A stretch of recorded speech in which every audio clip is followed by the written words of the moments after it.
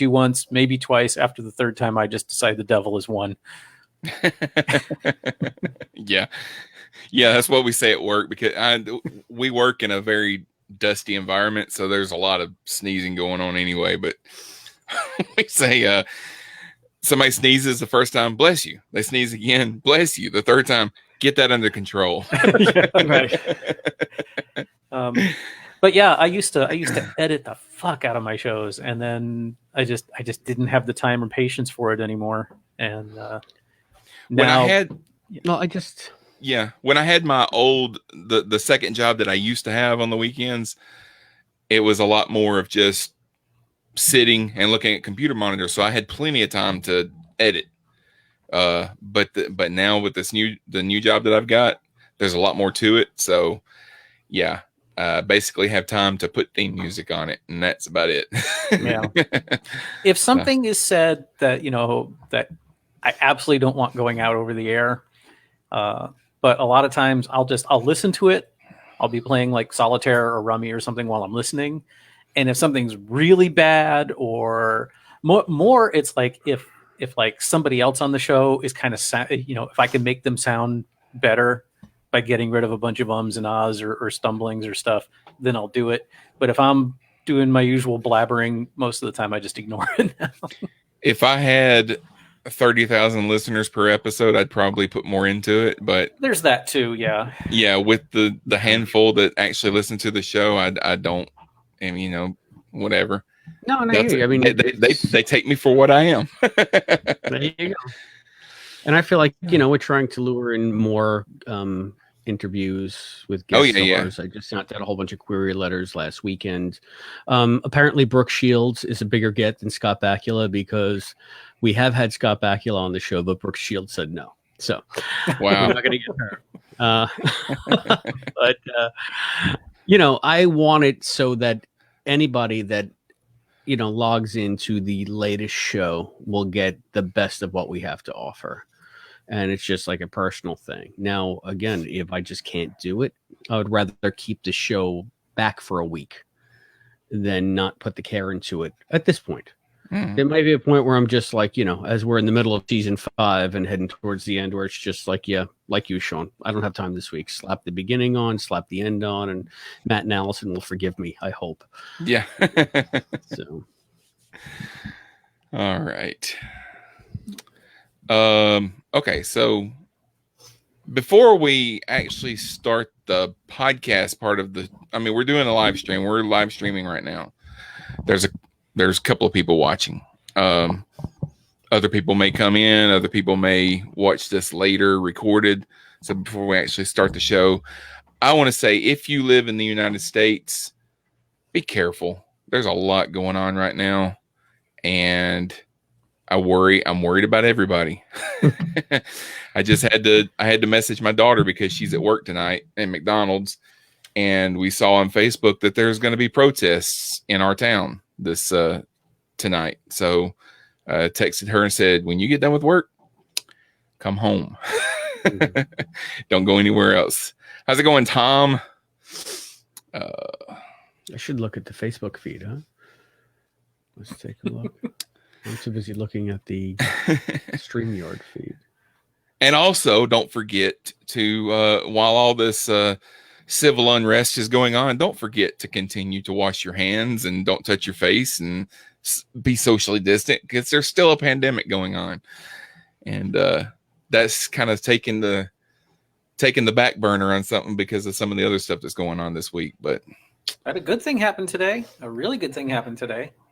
What's that? Oh, yeah, the launch. That launch was perfect. That was beautiful. Yeah. The dragon, the crewed dragon on top of a Falcon 9 launched 2 American astronauts for the first time in almost a decade from U.S. soil to the ISS. They should be docking with the ISS tomorrow morning. And it was a flawless launch. Awesome.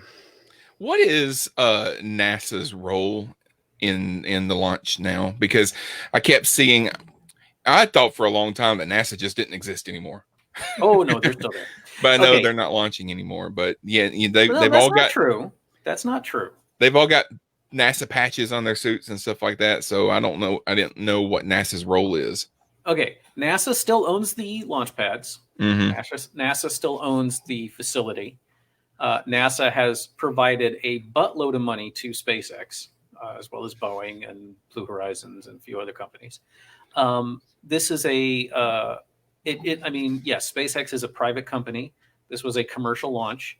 SpaceX has been launching commercial cargo for years now, but it's in conjunction with NASA.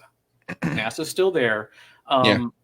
What we're basically looking at is a transition from NASA running the whole space show for the U.S. to NASA basically taking care of deep space stuff and more private industry dealing with low Earth orbit. So the ISS is in an orbit of around 200-ish miles up. I forget the exact number, but that is low. That is just barely into space.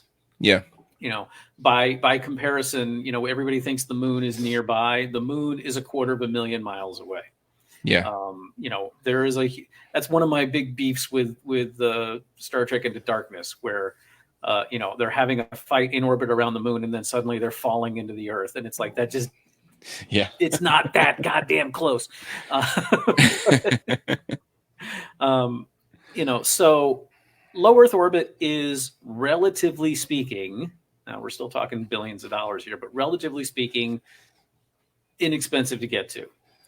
And there are a lot of reasons why private industry would want to have access to low Earth orbit. You got,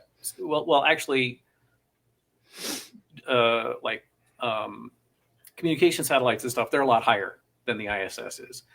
Your average the geostationary orbit is somewhere in the vicinity of 20,000 miles out.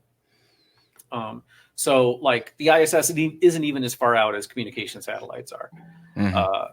But there's a lot that can be done in that general orbital area. Once you get past that once you get outside of the Van Allen belts and you get into deep space, then costs go up exponentially. And so essentially what we're looking at is private industry can very easily, and SpaceX, easy is again a relative term. SpaceX has worked their asses off to create a launch system, an amazing launch system in the Falcon and the Dragons, so that they can conduct business in orbit, right, and make money at it. Once you start throwing stuff at the outer planets or going past the moon, maybe parking stations at the Lagrange points, stuff like that, then the costs just go through the roof, and only a government can handle them. Mm. And so that's kind of what we're looking at, is near the Earth, we're going to see private industry, at least for the next, for the foreseeable future. Yeah, they said today that they're planning to have private citizens in low Earth orbit by next year. Yeah, I wouldn't be surprised. That is well within, Elon Musk. I want to go. Elon Musk is kind of Bond villain level crazy and slightly evil. And occasionally he says things that are like, dude, you are so talking out of your ass. We are not investors. Quit inflating things. Like, he wanted to throw, a couple of private citizens around the moon by 2024. And there is no effing way that's happening. Yeah. But I could easily see space tourism in low Earth orbit happening in the next year or so. Sure. Now Virgin Galactic, just had a huge setback. They were testing an air launch system where they were launching a rocket from a modified 747, and it blowed up. Yeah. It did not go as planned. Yeah, I heard about that. But that's how they learn. And there was nobody on board. Nobody got hurt. What's the name of the guy in charge of Virgin? Richard. Branson. He's kind of nuts too, but not quite as scary as Elon is. But they are really close to putting private citizens not into orbit, but into a suborbital kind of parabola where they'll go up just to the edge of space, high enough to experience ZOG for a few minutes and see the curvature of the Earth, and then come back down. And I think it's an easily affordable $20,000 a ticket or something like that. Yeah, yeah. But this is this was. I mean, we won't see it, but like our great grandchildren are going to read about this event in history books or on their pads or however they're assuming we survive the next, assuming the Morlocks don't eat us all on. Yeah. If we can make it through, if we can make it through the Book of Revelation, that is 2020. Yeah, tell me about it. But this was a sometimes having grown up as a Star Trek fan, sometimes I lament that I kind of wish I was born maybe a century later, because some of the really cool stuff has yet to happen. But then I think about the stuff I've seen in my lifetime. I saw man land on the moon for the first time. I saw the Voyager probes show us, Jupiter, Saturn, Uranus, Neptune. I saw Pluto for the first time. I've seen so many really cool milestones in the space program with my own eyes, literally. I didn't have to read about it. I saw it. We're on the brink of either destroying ourselves forever or leaping for the stars. And hopefully it'll be the latter. And I think that if you were born go ahead. Yeah, I would say we've been on that brink ever since the atomic tests. Yeah, on Bikini Island. I mean, it's just it's been a fact of life for everybody from the mid 20th century on. So here's one thing that I know, that we are going through a lot of bad times, but I always have an optimism because this too shall pass. It always has. I don't know, say that to a Holocaust survivor. I might sound hopelessly naive, but the orange asshole will be gone at some point in some way, and sanity will return, and we'll be back to embracing reason and to actually being the country that we once were, and being better than we have ever been. That's the way I always felt about it. And Rick, like you, I always felt like maybe I was born either too early or too late, because I've always liked historical stuff and like different things, especially like the early 20th century. But man, I just want to see it all. I think of all the amazing things that we've been able to see in our lifetime with our relatively limited technology, with just sending basically radios out into space and having them send back pictures to us. Yeah. Imagine what it's going to be like 100 years from now if we have this stick-to-itiveness and sort of don't slide back into some kind of weird dark age. Imagine what we're going to miss. Yeah. But if you were born 100 years from now, you would probably be saying the same thing. Imagine what we'll have 100 years from now. And imagine what we'll have 100 years from now. I got to right, say, let me ask you guys both something, because I know what my answer is, and you may or may not have an answer. You may not even have a thought of it. What is, if they could discover one thing before your life is over, what would it be? Immortality. You asked. Okay, let me clarify. One space thing. When you mean discover, do you mean like find something or some kind of advancement? Or like, what question would you like answered? Are we alone? That's the big. If we could find, even if we found out that not even like intelligent life, if we just found life somewhere other than Earth, then it would answer, at least in my mind, and I think in a lot of people's minds, that okay, if there's any kind of life out there, then obviously there's a whole lot more. Is life the default or a fluke?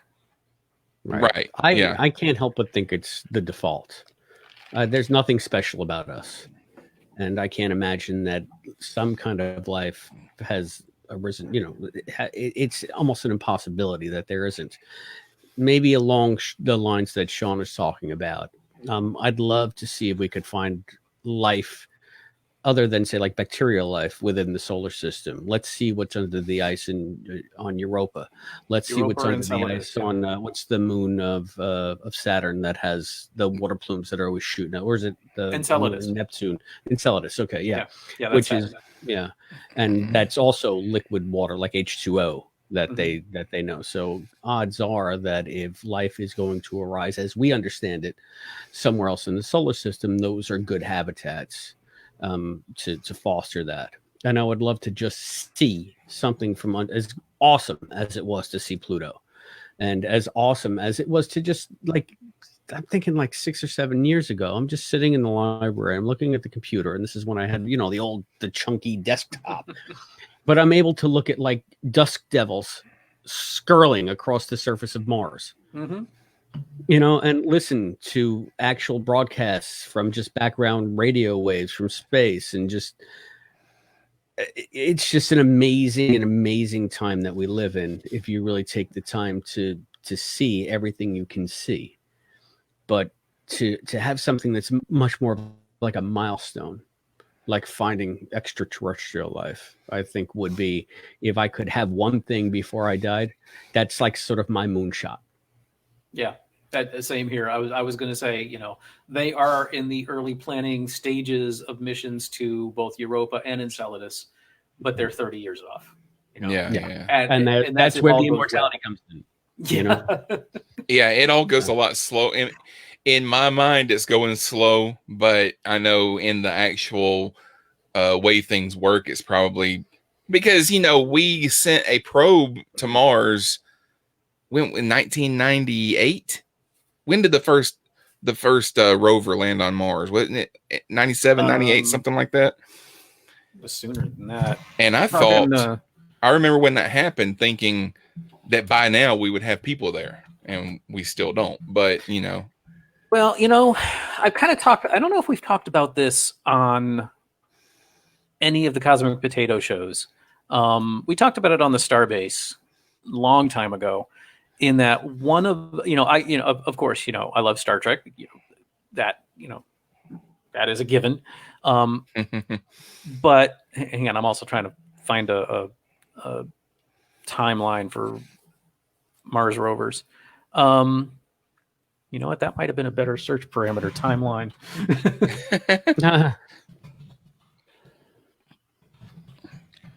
Because I know we landed the Viking probes there in the 70s, but those just sat there.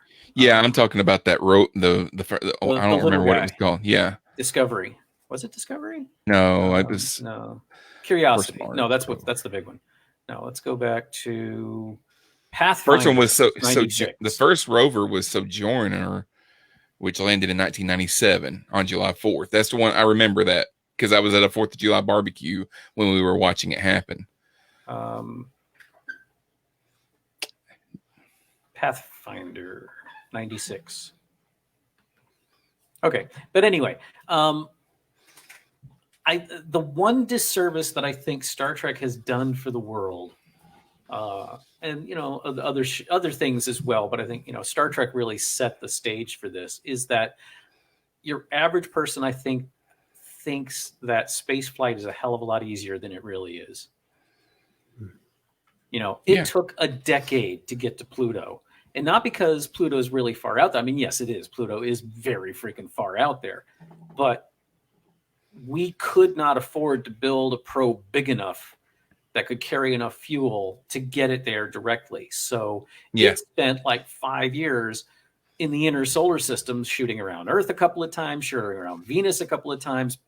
It got a gravity assist from Jupiter. It had to pick up speed going around and around and around and around. You can't just do a straight line, right? From one place. I learned recently, and I've loved this stuff since I was a kid, and I'm constantly amazed at what I don't know about space travel. We always say, why don't we just gather up all the nukes or all the trash or whatever and throw it into the sun? Do you know it's harder to go to the sun than it is to go to Mars? Because in order to go to the sun, you have to lose most of our orbital velocity, which is, tens of thousands of miles per hour, in order to get down the gravity well. because that's why the Earth doesn't fall into the sun, because we're going fast enough. Our orbital velocity keeps us, at the right place. And, it's gravity and velocity, stuff like that.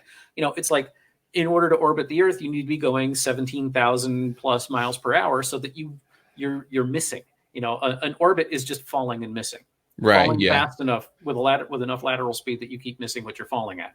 The Earth and the planets are all doing the same thing. So if you want to get a probe to the sun, you've got to shed a shitload of velocity before you can start moving inward. And that takes a lot more energy than that just blew my mind and I found that out within the last 5 years. It's just amazing. Yeah, it was like watching them talk about the orbit, the module getting to the space station today. You can see the space station pass over you, but you can't just fire off a rocket and go to it. You have to go around the Earth 3 times and like do like a staircase. Every time you come around, just boost up a little bit. Yep. And get to it that way. That's why it takes 19 hours to get to something that's probably when it passes over like where I am, when I can see it, it's closer to me than I am to China. But you can't just fire off a rocket and go straight to it. Well, it's also traveling at 17,000 miles per hour. Yeah. Well, if you know it's coming, it's like going duck hunting. If you know it's coming, you shoot off in front of it so that you can just kind of meet. Faster than a speeding bullet. Bullets are incredibly slow compared to space. Yeah. Hey, which kind of segues into why we're here tonight. Yeah, let's talk about Star Trek. So tonight. All right. First of all, welcome to Star Trek All Access. We've already been talking for 20 minutes, but my name is Sean Ray, and I love scanning for life forms. And joining me is Mr. Christopher DeFilippis. How's it going, sir? It's going great. Thanks for having me back. And Admiral Rick, how are you? They say the time is the fire in which we burn. No, it's burn. The fire in which we burn. This should be called Star Trek: The Whispering Picture. We are continuing our TOS character crossover series. We've worked our way through TNG with Encounter at Farpoint, Sarek, Unification, and Relics. And tonight we move to the very first theatrically released Star Trek The Next Generation film, which featured the crew of the USS Enterprise. Star Trek Generations, written by Ronald D. Moore and Brandon Braga and directed by David Carson. The IMDb description says, with the help of long presumed dead Captain Kirk, Captain Picard must stop a deranged scientist willing to murder on a planetary scale in order to enter a space matrix called the Nexus. So nobody ever called it a matrix.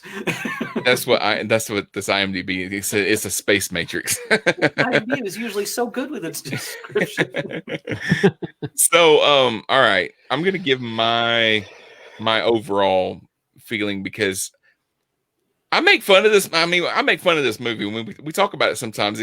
We've never done a review of it, but we've talked about it from time to time on the show and on Cosmic Potato. But I may surprise you. I really have a love-hate relationship with this movie. There's a lot of problems and there's a lot of bad choices made throughout the movie. But in the end, I really enjoy this movie every time that I watch it. I've watched it probably twice in the last 6 months, because I watched it about 6 months ago, and then I watched it again for this podcast. But that doesn't mean that I don't make fun of it. It's not my favorite Star Trek movie, but it's definitely not my least favorite.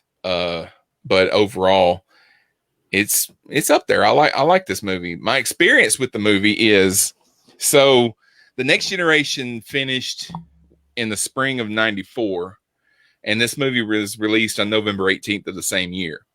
So I was a senior in high school when it came out. I was pumped for this movie. This is the first movie that I think I ever remember being excited about before it came out, and like trying to follow news of it. We had the internet back then, but the internet wasn't what it is now. So I had Star Trek fan magazines, and they would have interviews with cast and crew. They would have pictures from the set. and things like that. So I had gathered information. I had seen pictures of the crew in the naval costumes and stuff, and didn't really know what that meant yet. And I'd seen pictures of Geordi being tied up and tortured. I saw pictures of Kirk and Scotty and Chekhov on the Enterprise B. Turning my fan on and it's way too high. Hold on. And it doesn't need to be blowing directly on my face. Turn the fan down. Blow that way. Blow that way. There we go. That's what she said. Rick, I really resisted. I really did. So I went to a Star Trek convention. So there was a lot of rumors going around that Kirk was going to die in this movie, and that damn it. Okay. Hang on, time for Someone's Sharon's lurking behind obligatory you. cameo. Come on, baby. You can say hi. Hang on, let me turn up the speakers so you can hear him. You got to get in the picture. Oops. Okay. Hi, Sharon. Hi. Hey, kiddo, How's it how you going? doing? What does your shirt say? It's meowgical season.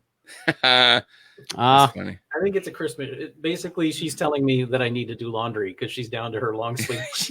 Her Christmas pajamas. Do you have anything you want to say? Hi. Hi. Hi. Really insightful. Say What did you think of Star Trek Generations? I haven't seen much of it yet. Did you think it's a good thing or a bad thing that you haven't seen much of it yet? we're talking about a movie that you haven't seen yet and don't even know exists. What's the last? Okay. What's the last movie that you saw, Sharon?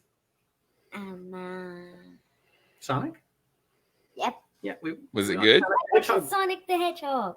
Was it good? Sonic was very funny. Cool. I've watched a few of the Disney nature shows. Yep. Where we saw, what was the first one we watched? Pollinators. Wings of Life. Wings of Life, which was about pollinators, which was narrated by Meryl Streep. And then we watched Bears, I've seen that one. Yeah, Bears. I've seen that one. which is narrated by John C. Reilly. Mm-hmm. The main bears were a mama bear and her two cubs. The mama bear was named Sky, and the two cubs were Scout and Amber. Yeah. Really bad day to be a salmon during that shoot. Yeah. Okay, say good night, baby. Night. Good night.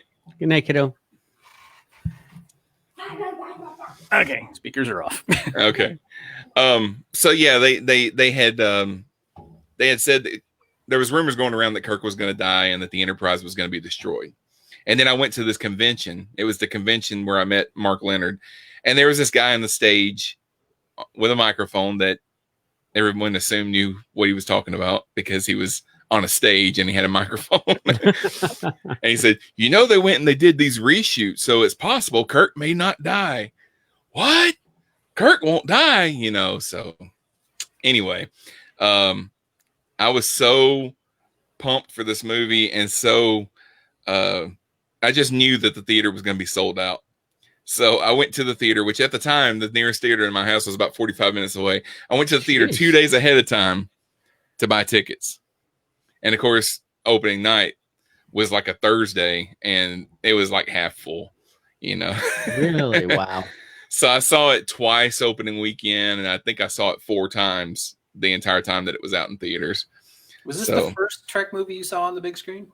Yeah. Okay. Yeah, Really? because you didn't even get to see 6? Because I wasn't into 6 came out. I wasn't really into Star Trek yet at the time that 6 came out. I didn't get into Star Trek until after that. My dad watched Star Trek from time to time, but he wasn't like a fan. So it just wasn't on in my house until after that. So I really didn't see 6 until way after that, when I started watching all the Star Trek movies at once. But yeah, by the time this came out, I was a Trekkie, and I was excited for this one. But what about you, Chris? What do you think of this overall? It's one of the 2 good next gen movies, and I actually really like it. I know a lot of next gen fans crap all over it, And I honestly don't understand why. And it's probably because this is the movie that made me into whatever kind of next gen fan I am. I didn't watch any next gen at all until after I saw Generations. And it was because I liked what I saw of the characters in Generations that Oh, you had to be lost. So you never watched the Next Generation at all until after you saw this movie. At that point I had probably seen, scattered episodes here and there. You got to remember, Sean, when Next Generation premiered, I was in high school, and then when it was in its heyday, I was in college. Mm-hmm. So it was very easy for me to miss. I wasn't watching TV anyway. I think I've said this before on this show. The only thing I made time for in college TV wise was Quantum Leap, because that's what I like to watch. So I was at a time in my life when it was very easy to just miss the boat. I had friends that loved it, and I knew that it was very popular. But after seeing Encounter at Farpoint and The Naked Now, and again, like a scattering of season 1 and 2 episodes, I just knew it wasn't anything I was interested in. So I don't even remember how I first saw Jen. It certainly wasn't in the theater. And when you say 94, that's when it came out? Yeah. It kind of coincides with, because that's the year I was first married to Laura. So I was probably, less than a year married. And I remember going to the Smithtown Library to see John Ordover speak. John Ordover is at the time, he was the editor of the Pocket Book series, the Star Trek Pocket Book series. And he was giving a chat about, I guess, Generations. And it's funny that you say the guy on the stage with the microphone saying, because he was giving like a little slideshow of production stills from the movie. And then he got to a point where, there's a shot of Kirk, and he basically, before anybody could say anything, said, "Don't ruin anything for anybody. I don't know what you've read. I don't know what you've heard, but please keep your mouth shut." So, that right there should have been a red flag. Well, I guess Kirk dies. But at the time, it was just like, oh, wow, I get to see Captain Kirk again. So, and so I honestly, the first Next Gen movie I saw in the theater, I know, was First Contact. And I saw it like 3 times in the theater because I loved it. Yeah. But having watched this one, I probably saw it on Showtime or something, and once I watched it, I was just like, okay, now I can sort of see what people see in Next Gen. And aside from that, I just thought it was a good movie.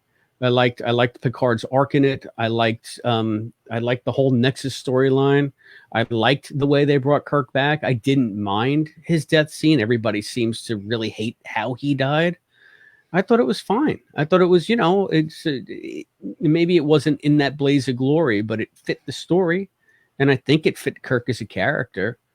I mean, brave to the end, sacrificing himself to save somebody, to save something, or in this case, to save an entire planet or solar system, right? Because it was the sun that Soren knocked out.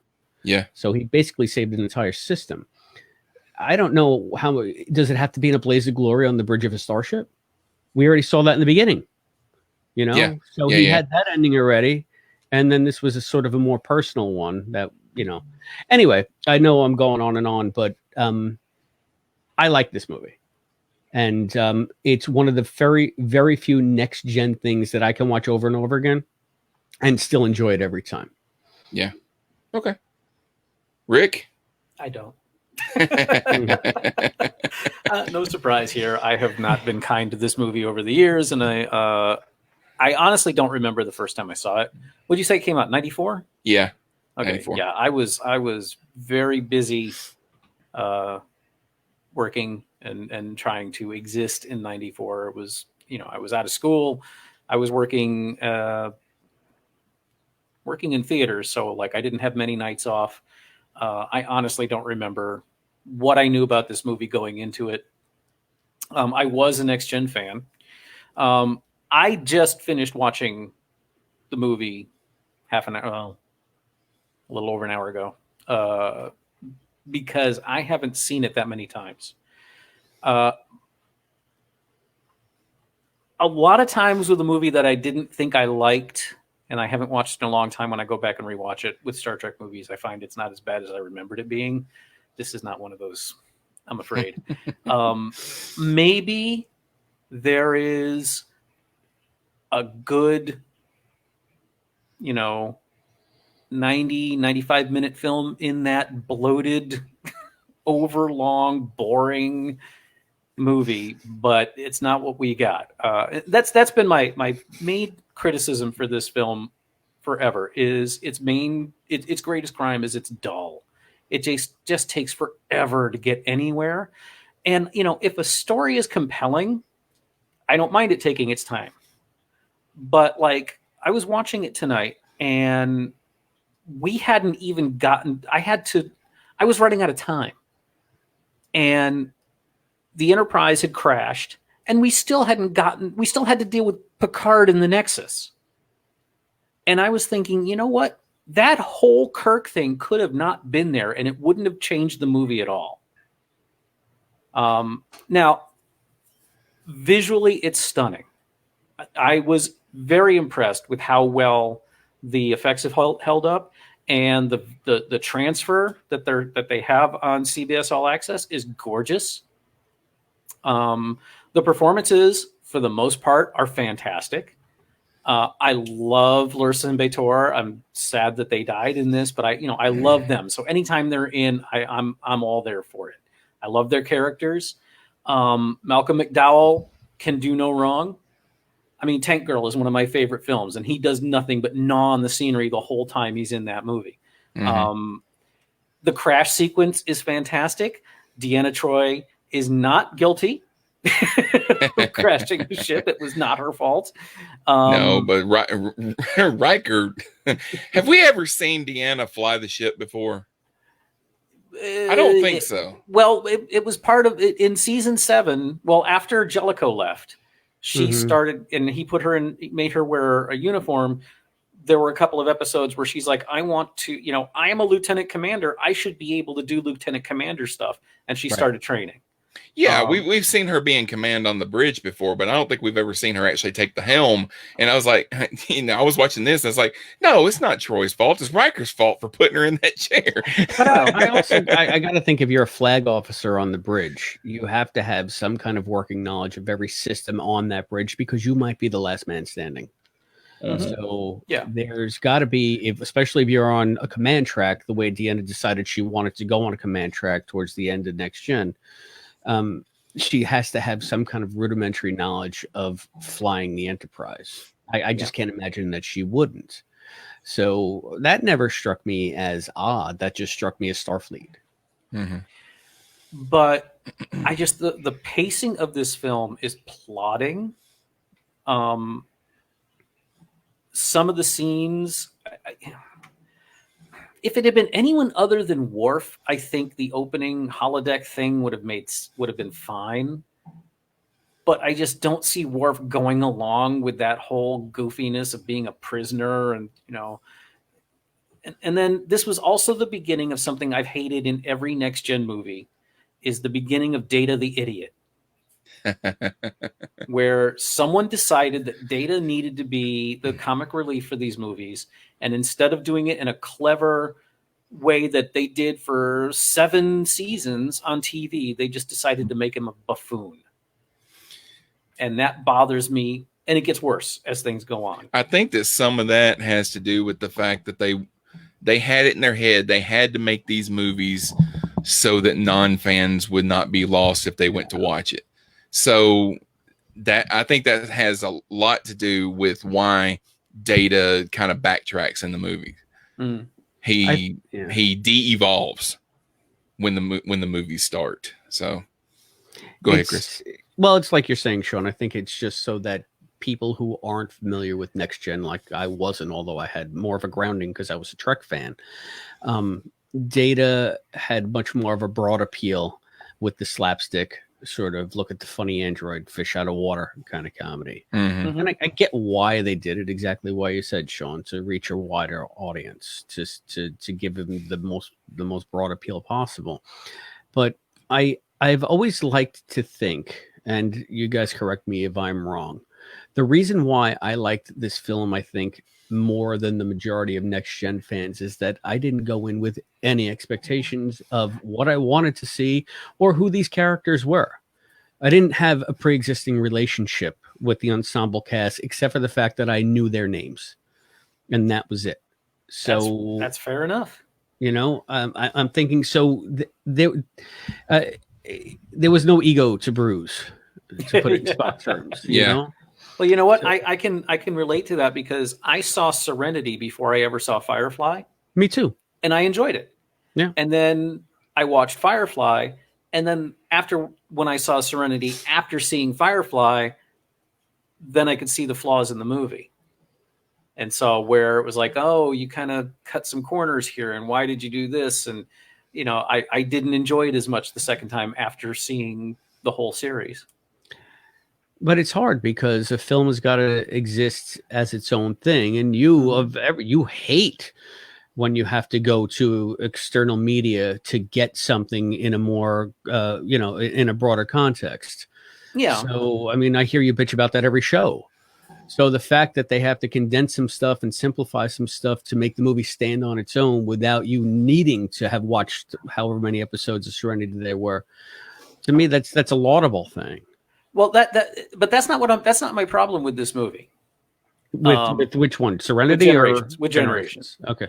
My problem with Generations is it's just slow and plodding. Now, granted, the same could be said of Star Trek: The Motion Picture, and that's a film I have grown to love over the years. And I didn't, I loved it the first time I saw it, and then the next 4 times I saw it in the theaters, I gradually began to get more and more bored with it, and then hated it for a long time, and then grew to love it. There are moments in this film that are genius, and everybody is doing a fantastic job with their performances.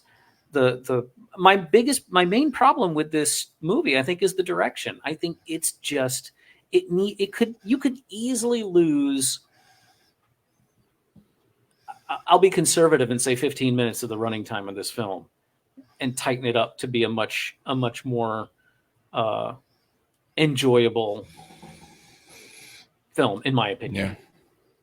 Let's get into the plot a little bit. So what I've done is I pulled up the Wikipedia description of the plot of the film, and I'm going to read a paragraph of it, and then we'll talk about it, and then we'll move on to the next paragraph, because it's about 4 or 5 paragraphs or something, and that way we'll be able to cover everything and hopefully not leave anything out. So in 2293. Before we do that, I wanted to point out that the opening credits, where the champagne bottle is smashing up against the Enterprise B, that was originally supposed to be another scene. There was supposed to be a scene of Kirk, like skydiving from orbit, and they actually filmed it. They filmed the scene. Was for 6. No, they filmed it. To be the beginning of 6. They filmed it for this movie. You sure? Because I remember I had the magazine of all the pictures that was in Generations, and they had pictures of him in the suit, and Chekhov and Scotty were there and all that kind of stuff. Okay. And they filmed that scene for him to skydive, and it was supposed to be over the opening credits and stuff. And then when he lands, Chekhov tells him, "Hey, we have to get to the Enterprise B christening or whatever," and it ended up getting cut out. And then they said that the suit that he wore in that scene, eventually B'Elanna wore it on an episode of Voyager or something like that. So, in 2293, retired. Serious taking in, I would imagine. Yeah, probably. Retired Starfleet officers James T. Kirk, Montgomery Scott, and Pavel Chekhov attend the maiden voyage of the USS Enterprise B. During the shakedown cruise, the Enterprise is pressed into a rescue mission to save 2 Elarian refugee ships that have been snared by a massive unknown energy ribbon. Enterprise is able to save some of the refugees before their ships are destroyed, but itself becomes trapped by the ribbon. Kirk goes to engineering to help the Enterprise escape, but is presumed dead after the trailing end of the ribbon hits the ship's hull where he was working. So, now, I got to say, I loved this scene a lot more than I thought I did. Really? Yeah, I really enjoyed it. It's funny because, when the movie came out, we didn't know, because, no internet yet for all intents and purposes. At least I didn't know, and I didn't find out about this until years later, that they wanted that to be Kirk, Spock, and McCoy, but Nimoy and Kelly were like, not worth the effort. Kelly was ill, yeah, and he could not get insured to be on set. Oh, okay. Nimoy said that there were some lines and they were given to a character named Spock, but they could have been said by anybody. Yeah. So he didn't want to do it. But if you want, it's kind of like the beginning of Ghostbusters, where if you know that originally Bill Murray's character was supposed to be played by John Belushi, Yeah. and you see some of the lines, and you like, that is so much a Belushi line. That's not a Bill Murray line. Right. Some of the things that are said in that scene, you could really tell that they were supposed to be coming. You and you're all nurses now. Yeah. Right. Yeah. Well, especially is there something wrong with your chair? I think that was a McCoy line. That was a Spock line. I think that was supposed to be a Spock line. Yeah, Really? That sounds like something Spock would say to Kirk. Yeah. Is there something wrong with your chair? And I just want to say that Ghostbusters would have sucked if Belushi was in the Bill Murray part. You're not wrong. You're not wrong. Ghostbusters is as close to a perfect movie as you can get, and any change would have been a mistake. Anyway, at the time I didn't like it because of the whole let's bring the press into this and the goofy Captain Harriman and stuff like that. But I really enjoyed watching it tonight. And I don't know what's changed in me over the years, but I really enjoyed that scene. I will tell you, there was one thing that you really unclenched a little bit. Just enjoyed it. I am trying. Scotty, my big complaint, going from like Star Trek V on is, they've turned Scotty into goofy comic relief. Right.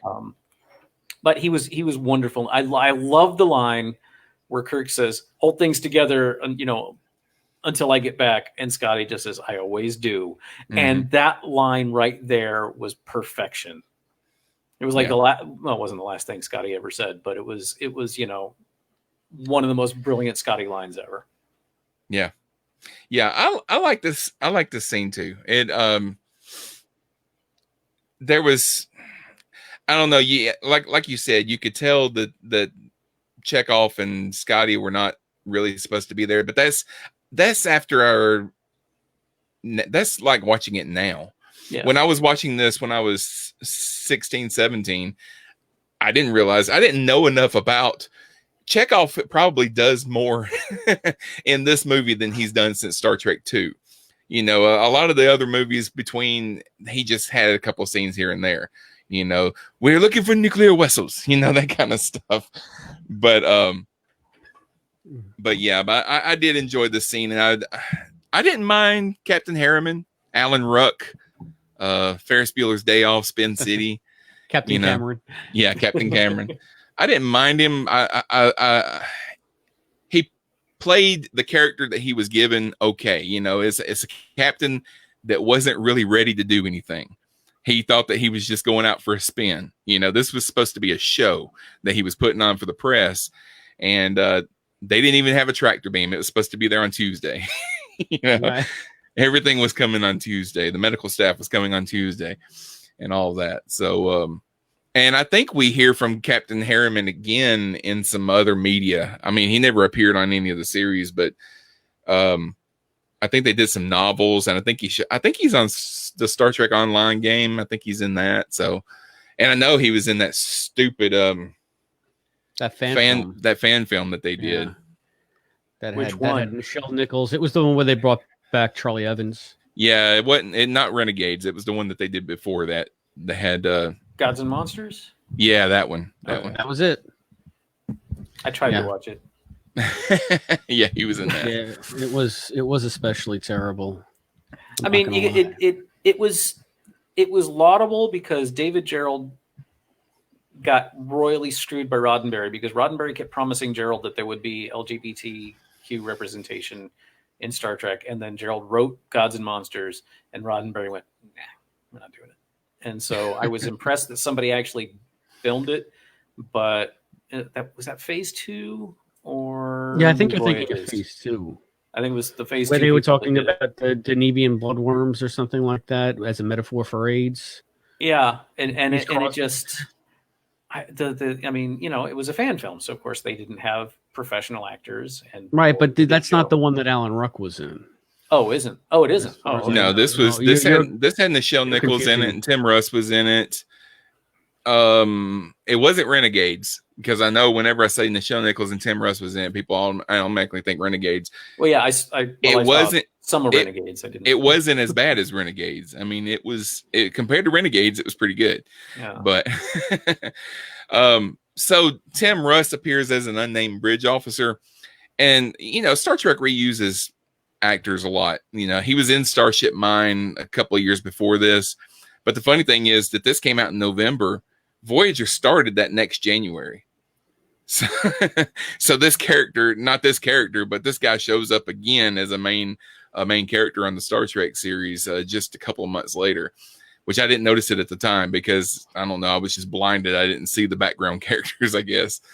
And we also meet Demora Sulu, which is the ensign that is the helmsman on the Enterprise B. She's Sulu's daughter, and Kirk is amazed that she's all grown up and doesn't understand when Sulu had time for a family. I don't know either, but When something's important, you make time. yeah. And And sorry, I'm not looking. I'm paying attention, but it was of Gods and Men. of Gods and Men. Okay. Oh, okay. Yeah, And Gods and Monsters is something. It different. was But I written by. It was written by not David Gerrold. No. Okay, Yeah, what am I 3 thinking? people you never heard of wrote it. Okay. Sorry about that. And Chekhov says, "I was never that young. No, you were younger." And then when I see Kirk and Chekhov acting like they like each other, Actually, it's more. I'm more impressed at Jimmy Doohan's performance, acting like in TMP and in this, because I don't think Walter Koenig realized yet. It wasn't until later that he really started to resent Shatner. If you look at any of his interviews and stuff, he was just kind of doing his job at the time. Doohan hated the dude all along. yeah, I remember that episode when Shatner was doing Shatner's Raw Nerve and he had Koenig on it. That was a cringeworthy episode of that show, because he didn't really hold back. I'm surprised they didn't edit. I would like to see what they did edit out of that discussion. Oh, you know what's weird is Koenig's in his 70s, which blows my mind every time it rationally makes sense. Of course he is, but I still think of him as the 22-year-old helmsman on TOS or what? Huh? Well, yeah, that was 50 years ago. So, Yeah. or 53 years ago. Nobody thinks of Koenig as 22 anymore. Yeah. But Shatner's going to be 90 in a month. With the Davy Jones haircut that he had and all that kind of stuff. Yeah. It's just when I see interviews with Koenig, and it's like, dude, that just doesn't compute. But then I look at my age and it doesn't make sense. Television was invented in Russia. No. It was invented in Russia. Invented in Russia, yeah. So I've never had a problem with Koenig's Russian accent before until this movie. When he starts saying, "We're going to help you. We're going to help you. We're going to help you." All right. You want to know something funny? Walter Koenig's Russian accent got me my first acting gig in high school. Oh, really? Because I had nothing to do with the theater department, and my friend Dave,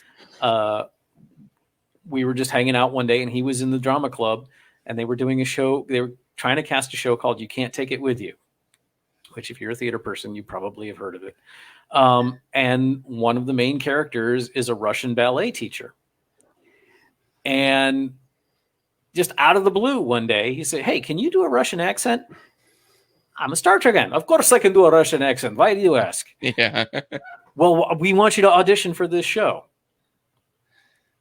And I'm 17. Sure. Or 16. Not hard to convince me to do just about anything at that point. So I audition and I get the role. And I do the whole goddamn show with that horrible Chekhov accent. Right. It was good enough for primetime television in the 60s. It's good enough for the middle school production of You Can't Take It With You. Well, all the spy shows in the 60s, they pretty much sounded the same. So, Yeah. so Guinan and Soren are among the rescued crew, but they keep talking like they were in the Nexus, right? So yeah, it's like they pulled them out just as they had crossed the threshold or something like that. Yeah, so you can just beam people back out of the Nexus, I guess. This is the part of that whole of the movie that go on. Yeah, the whole how does the Nexus work? Yeah, and Nexus works exactly the way the script needs it to work. Yeah, because later on in the movie, I wonder, because when we see the Nexus hit the planet, we see the Nexus like go through that planet. Why didn't it absorb the entire planet? Is the crew of the Enterprise killed by that shockwave, or were they pulled into the Nexus too? You know, these are all questions that keep me awake at night. No, I'm talking about later in the movie when after the Enterprise crashes.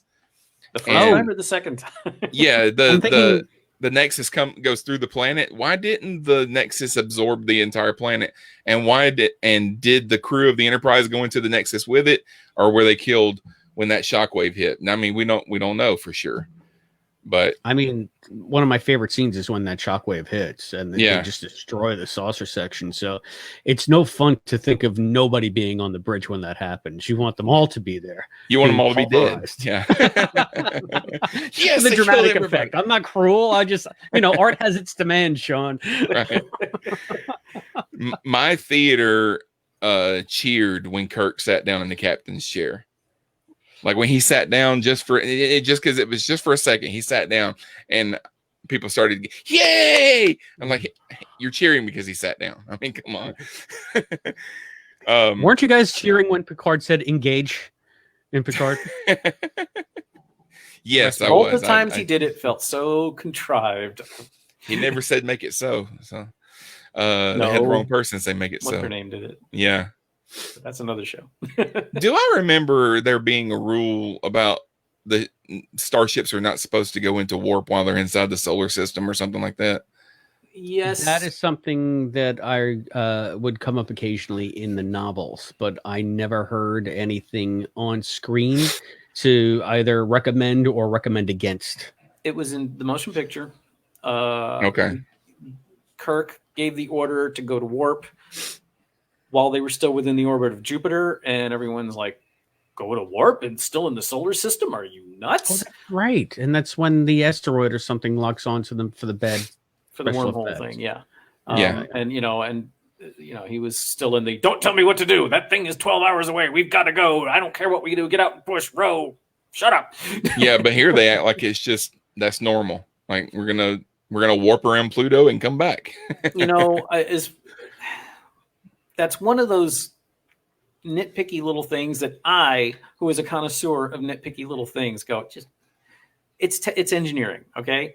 So going to warp in the solar system at the time of the motion picture was a bad idea, but obviously it didn't destroy the solar system. The ship survived. Maybe someone went, hey, maybe we can do that. Let's figure out how to do it. And then 5 years later, it was all better and no one had to worry about it. Yeah. Tom is saying that he remembers him saying it in the novel Best Destiny. Oh, okay. I don't think I read that one. I know what novel he's talking about, but I don't think I've read it. Diane, I want to say it was Diane Carey, which is one of my top 2 Star Trek authors. So anyway, it'd be interesting. I honestly never understood, Rick. Explain to me, and I've seen the motion picture a dozen times. Okay. What the hell happened that created that wormhole? Like, why were they spiraling towards that planetoid or whatever the blanket was? Yeah. What it was there was an imbalance in the warp engines that created an imperfect warp field that they called a wormhole. Wormholes are something that Einstein predicted. No, I get that. But why did they latch on to all of a sudden? It just got pulled in there with them. I got you. And because of because the redesign of the Enterprise shunted all phaser power and stuff through the warp engines, when the warp engines went into imbalance, they were what's your name? Ilea was like, all right, we've got to coast for 30 seconds and then this will just dissipate. But the problem was an asteroid got pulled into the wormhole with them. course. Yeah, and they didn't have enough. It was going to hit them before the whole thing could dissipate. And because the phasers were offline, because the engines were out of balance, they couldn't just blow it away. But the photon torpedoes were working just fine, so they were able to do that, and then everybody was fine. No.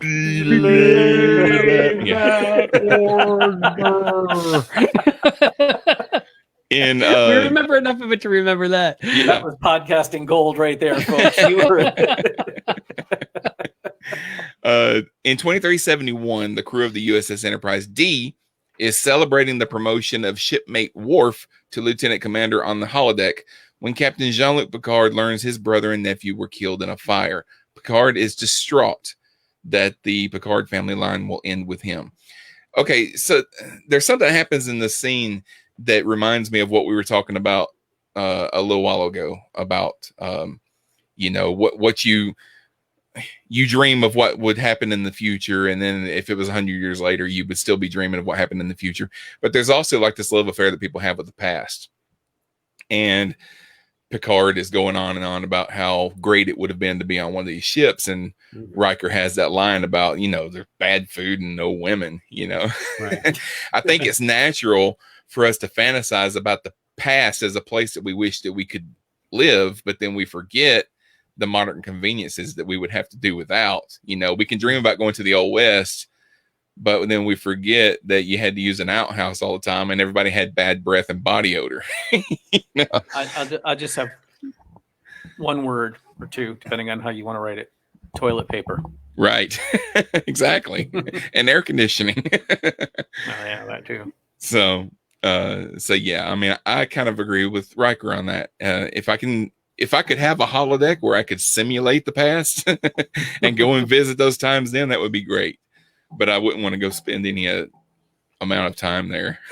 I think that was supposed to establish a certain wistfulness in Picard that would ultimately lead to his time in the Nexus, though.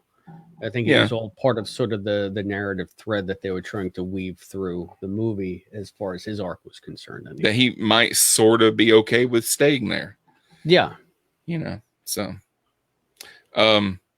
we've like Rick, what you were saying earlier, we've never really seen anybody go through a special ceremony like this when they get promoted.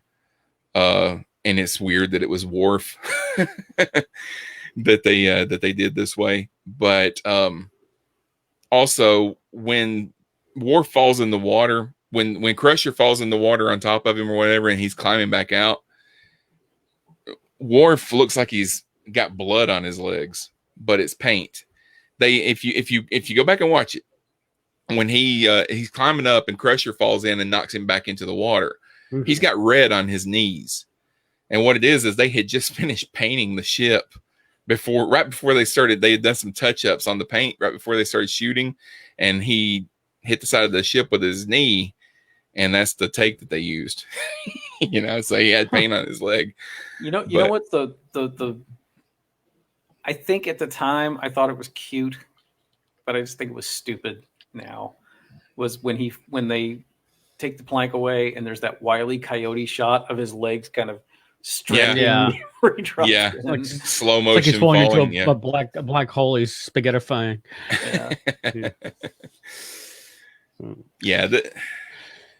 The whole thing is, the whole scene is kind of, I mean, I kind of like it, but it kind of drags the plot a little bit because we just came from this big action scene and then we're moving into what everybody came here to see, and that's the Next Generation on the big screen, and the first time we see them is this, and it's just I get why they did it, because they wanted it to be something different for the big screen.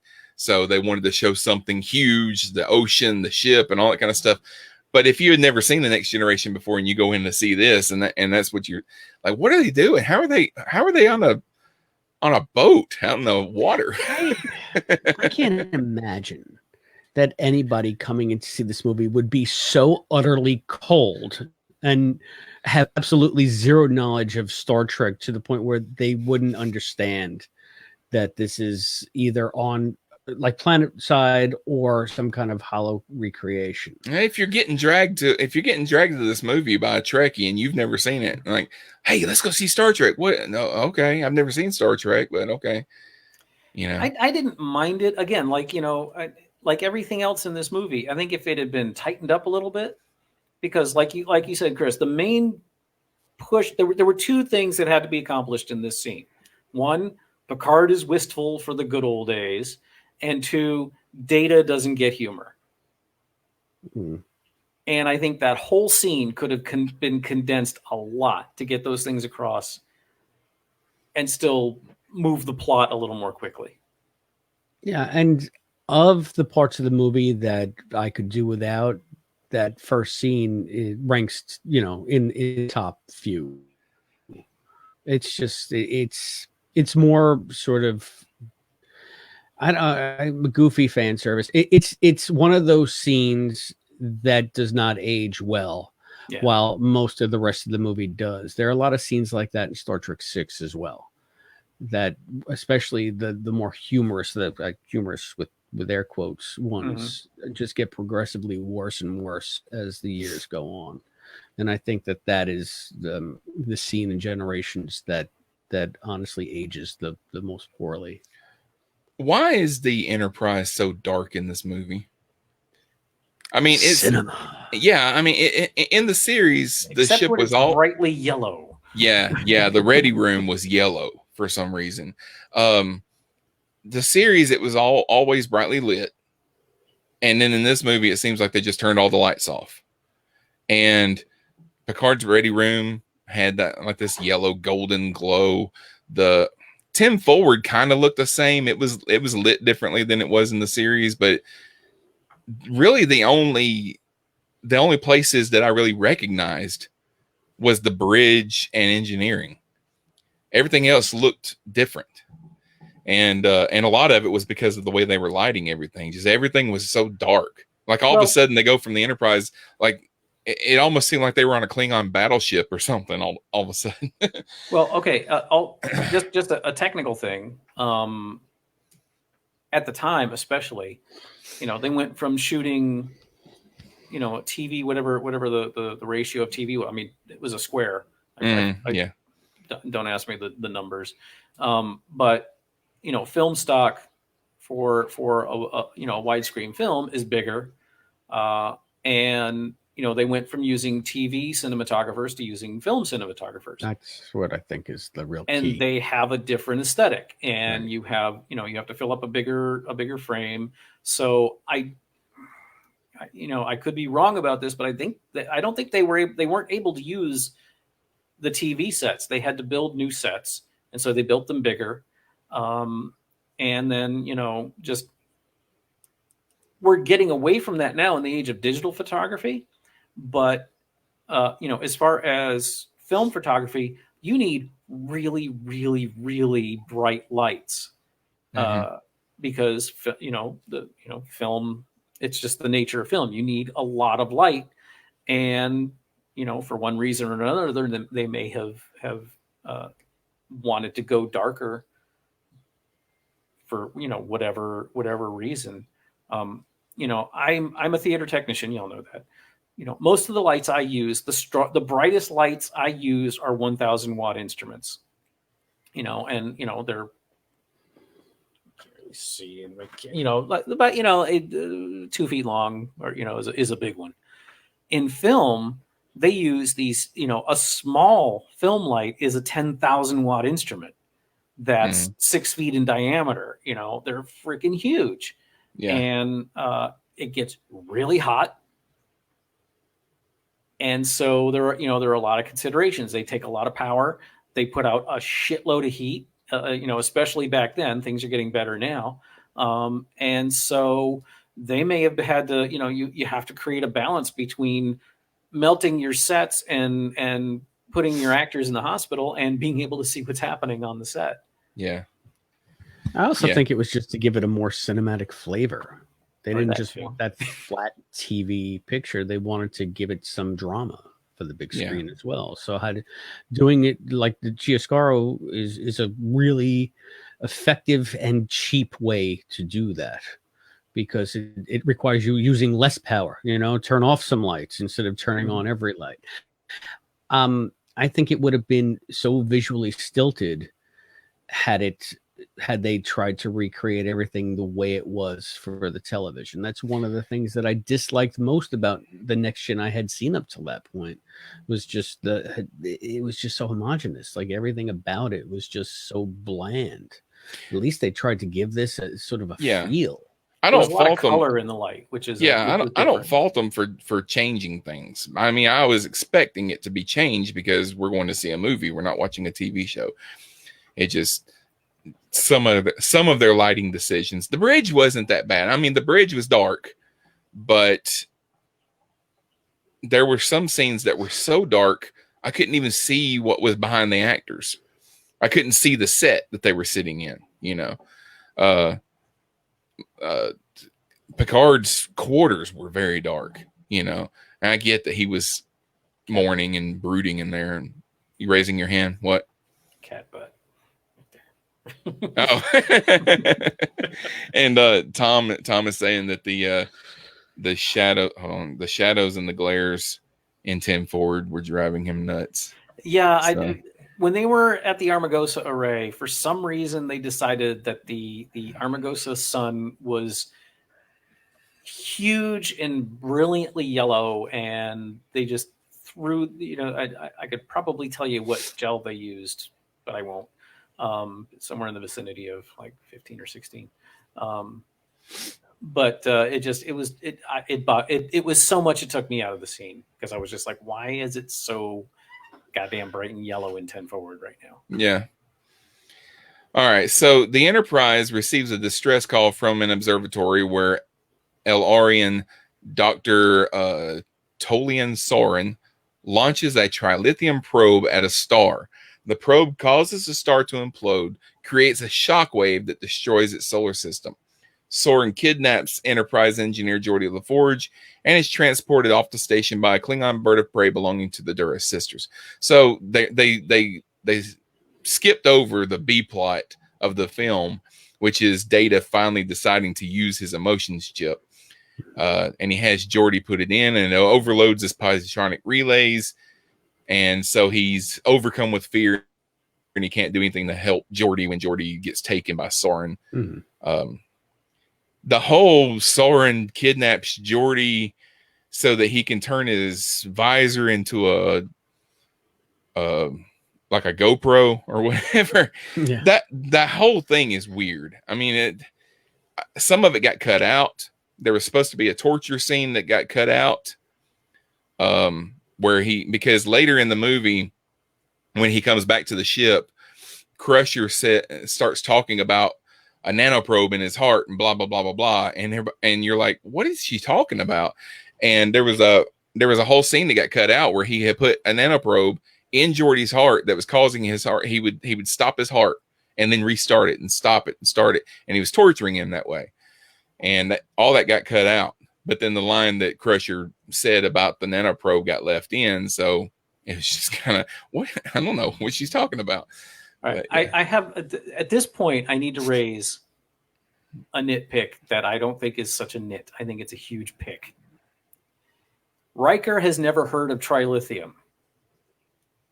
In fact, there's a big scene where trilithium is explained to Riker. Starship Mine. Yeah. They're getting trilithium resin, which is the whole point of the goddamn episode. Yeah. But it's also trilithium in Starship Mine. Trilithium is explained to be something completely different than what is explained to be here. But so then it could have been, like, you mean like trilithium resin? No, you moron. This is better than that. Yeah, they changed. Instead, he was just like, never heard of this stuff. Why did it have to be trilithium? Why couldn't you make it quad lithium or something like that? But it just this is something that if you were coming in cold would never. And I understand the we need people who have never seen Star Trek to understand this, so let's make Riker stupid for a second and have someone explain it to him. Right. But then pick something that hasn't been there before. Yeah. But also in 94, a lot of people had only seen most of the episodes maybe once or twice. It hasn't been streaming on Netflix for years, so everybody's seen these episodes 5, 6, 7 times now. So you may have, if you saw Starship Mine, you probably forgot about the trilithium by the time you saw this movie. We're Star Trek fans. We don't forget shit. Yeah. Well, I also think that they maybe brought up trilithium again in the novels, and one or two of them that I read, a hazy memory of trilithium, but it always seemed like the Spinal Tap amp of the Star Trek universe. Yeah. Just one more, it goes up to 11 because dilithium. So, what's the boogeyman? Trilithium. Oh wow, because it's one greater. Rick, I'm surprised that. Well, I'm not surprised that you picked up on it, but I'm surprised that you don't have a better explanation because you're Mr. Tech the Tech, and I love the tech. And let's talk about more trilithium, please. No, I was fine with them using trilithium. It was Riker not knowing what the hell it was that bothered me. Because they have established that trilithium is like the nastiest shit they've got in the TNG universe. So I was perfectly fine with that. And then Tom mentions that the emotions chip looks completely different than it did when it was introduced on the series. That was an enormous emotions chip. Yeah, I don't know where that thing plugs in data. You got. I mean, it doesn't. I don't guess. I mean, he's an android. He's made out of computer parts. So I don't guess it has to be in his skull. But I guess it can plug into his armpit somewhere. I don't know. Well, but they took the top of his head off to put it in. That's a pretty big piece of hardware for there to be that much vacant space in his skull. Nail or something. Remember when he took it out of lore and he showed it? It was like a bong screen. I mean, it was teeny. Yeah. No, the thing, Lore had some kind of a control in his fingernail that he was using to turn and off Data's emotions chip. But I swear to God that he took the emotion chip that Soong made for Data, specifically for Data. I guess it was right before he murdered Soong. And then he put it in that little slot in his finger and he said, I don't know what I feel, but I feel different. And then he beams away. It's one of the few things I remember about Lore. That may be right, wrong. Yeah, it could be. And so when I guess I had seen that episode because when I saw that emotion chip, I said, Jesus Christ, that thing is like, it's like a horse pill. Well, I almost think that the thing that we saw in that scene that was spinning, that was some kind of a case and the chip was inside that or something like that. Whatever gets you through the movie, man. Yeah. I mean, because even in the 90s, microchips were smaller than that, What's funny though is I really find it fascinating. Yeah, Tom says Lord's transporter control was under his fingernail. Thank you, Tom. That's right, because Soong thought he was Data. Yeah, that's right. Because he was pretending to be Data. But Chris, I love how we are totally unalike in the stuff that bugs us. But the stuff that bugs us is enough to really stand out. Because I noticed the chip and I was like, oh wow, they and then I was like, all right, I guess they just made it bigger so that it would look better on screen. But then the stuff that I've been bitching about, you're like, what's the big deal? I also have to be reminded of who the Duras sisters are. They are a pair of daughters of, is it pronounced Jarod? And the sisters of Duras. Like other members of the House of Duras, they are villains.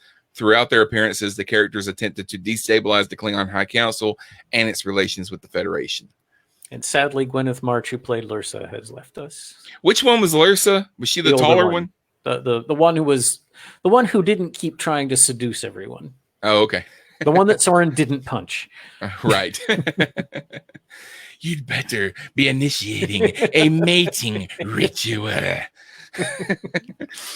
Yeah. I mean, I didn't know who they were watching the movie, but I was just fascinated that Klingons got boob windows. And they were pretty stock Klingons, other than the fact that they were female. I found that kind of refreshing after, movies with Christopher Lloyd and Star Trek 6 and making the main antagonists, the main Klingon antagonists in the film to be sisters, conniving sisters. I thought was a nice touch.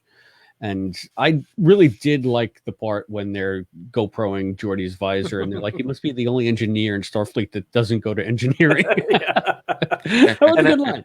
And I'm glad that we didn't, like he bathes, and I'm like, thank God we didn't see that. So, all right, Enterprise crewman, they call Guinan an Enterprise crewman. Enterprise crewman Guinan tells Picard that she and Sauron were among the Al-Arians rescued in 2293, and that Sauron is obsessed with re-entering the ribbon to reach the Nexus, an extra-dimensional realm that exists outside of normal space-time. Picard and Data determine that Sauron, unable to fly a ship directly into the ribbon, is altering the path of the ribbon by removing the gravitational effects from nearby stars. He plans to destroy another star to bring the ribbon to him on the planet Viridian 3, killing millions on a nearby inhabited planet in the process. Stellar Cartography is a pretty impressive set that they built. Oh, they made a big deal about that when before that movie came out. Yeah, they built that, and it looked really good on the big screen. It's not as impressive watching it on my phone. But I have to tell you, I love that set and I love that scene. I think that's one of the best scenes in the film. Mm-hmm. So, I mean, I agree. They really they hit all of the high marks with that. They pulled all the stops out, and it really worked for the film, both narratively and visually.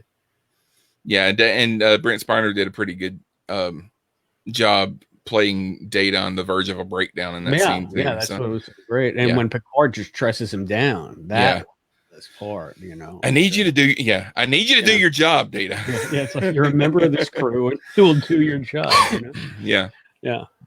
So upon entering the Viridian system, Picard offers himself to the Duras sisters in exchange for LaForge, but okay, we're going to talk about this. He insists that he be transported to Sauron directly, and LaForge is returned to the Enterprise. So we're going to do a prisoner exchange. We're going to give you our prisoner. But you go down to the planet instead of coming over here. That whole, pardon my French, that whole fucking scene is so stupid. That's where the whole movie implodes for me, because it's a linchpin moment. It's where you get Picard and Soren together, and it sets up the whole fourth act of the movie, and it makes no bleeping sense whatsoever. Yeah. We're going to call it a prisoner exchange, but I'm not actually coming over there. But you're going to send us. Could you imagine Kirk going, we'll exchange? Bullshit. We're not at war. Yeah. You know, you're going to have to lower your shields if we're going to beam anything, and then we're going to shoot a photon torpedo up your exhaust pipe. Yeah. And I wasn't really a fan of the transporter effect in this movie either.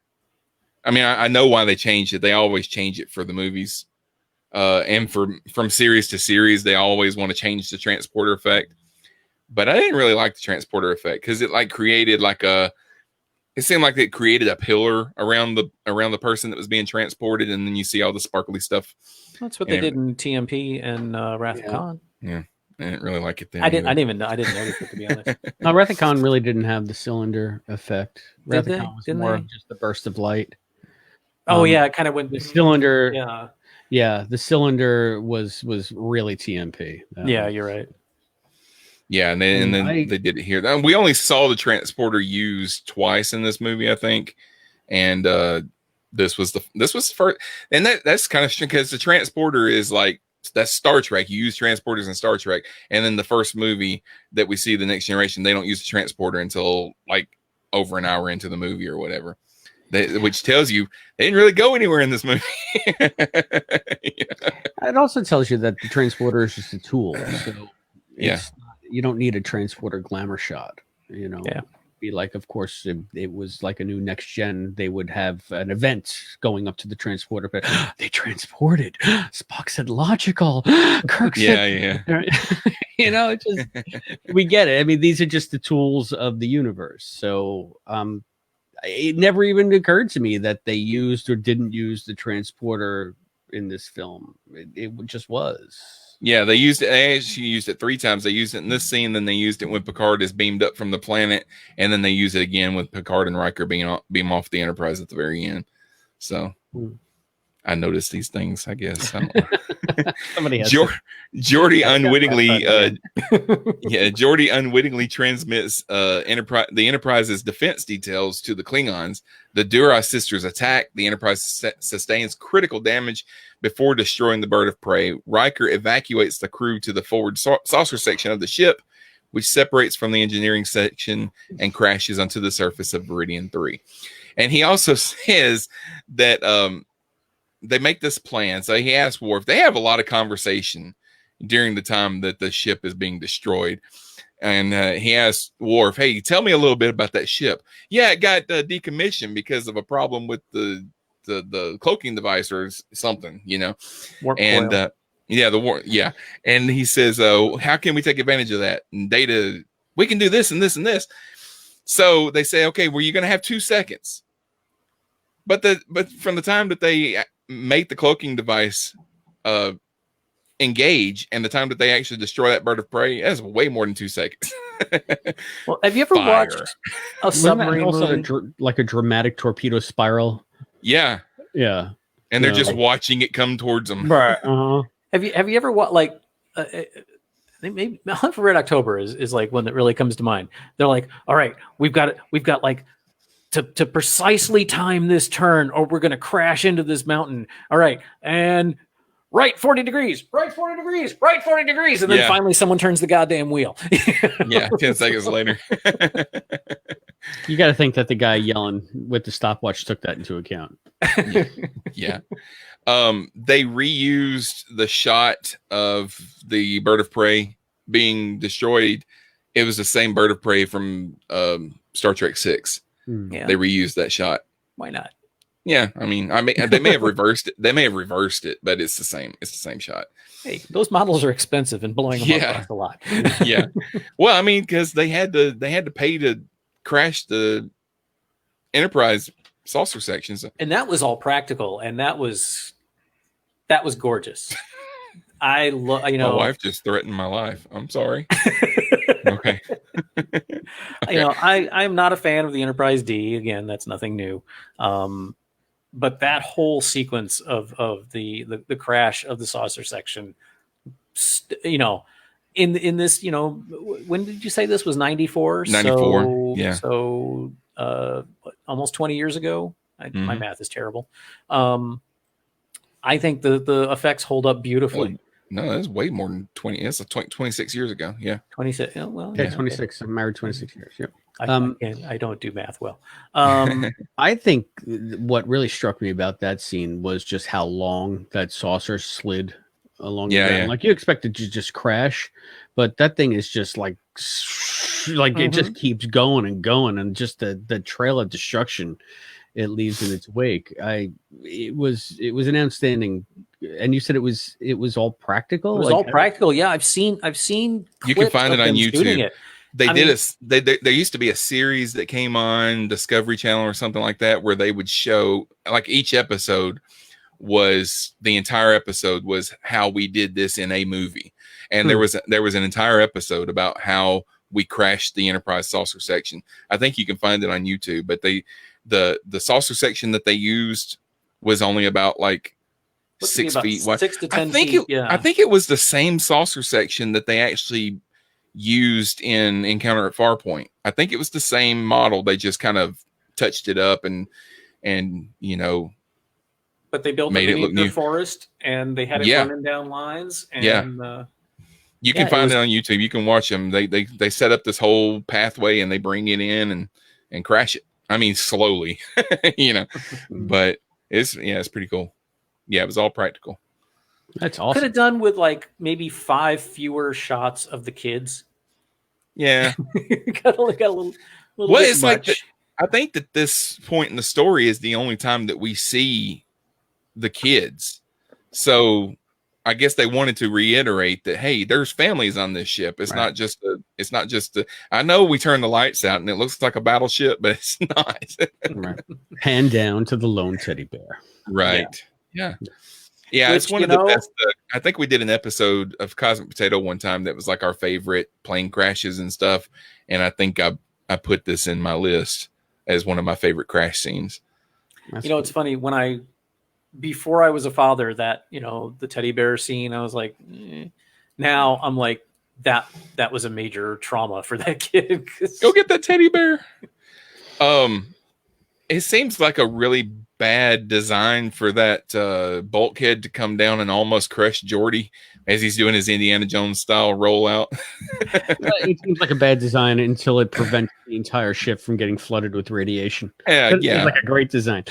I just thought it was one of the, and they did it once in TNG too, where it was just like, it almost seemed like you wanted to have someone on the side going, "Does the rolling help?" Because just waited and waited. All right, I'm going to roll under it because I can.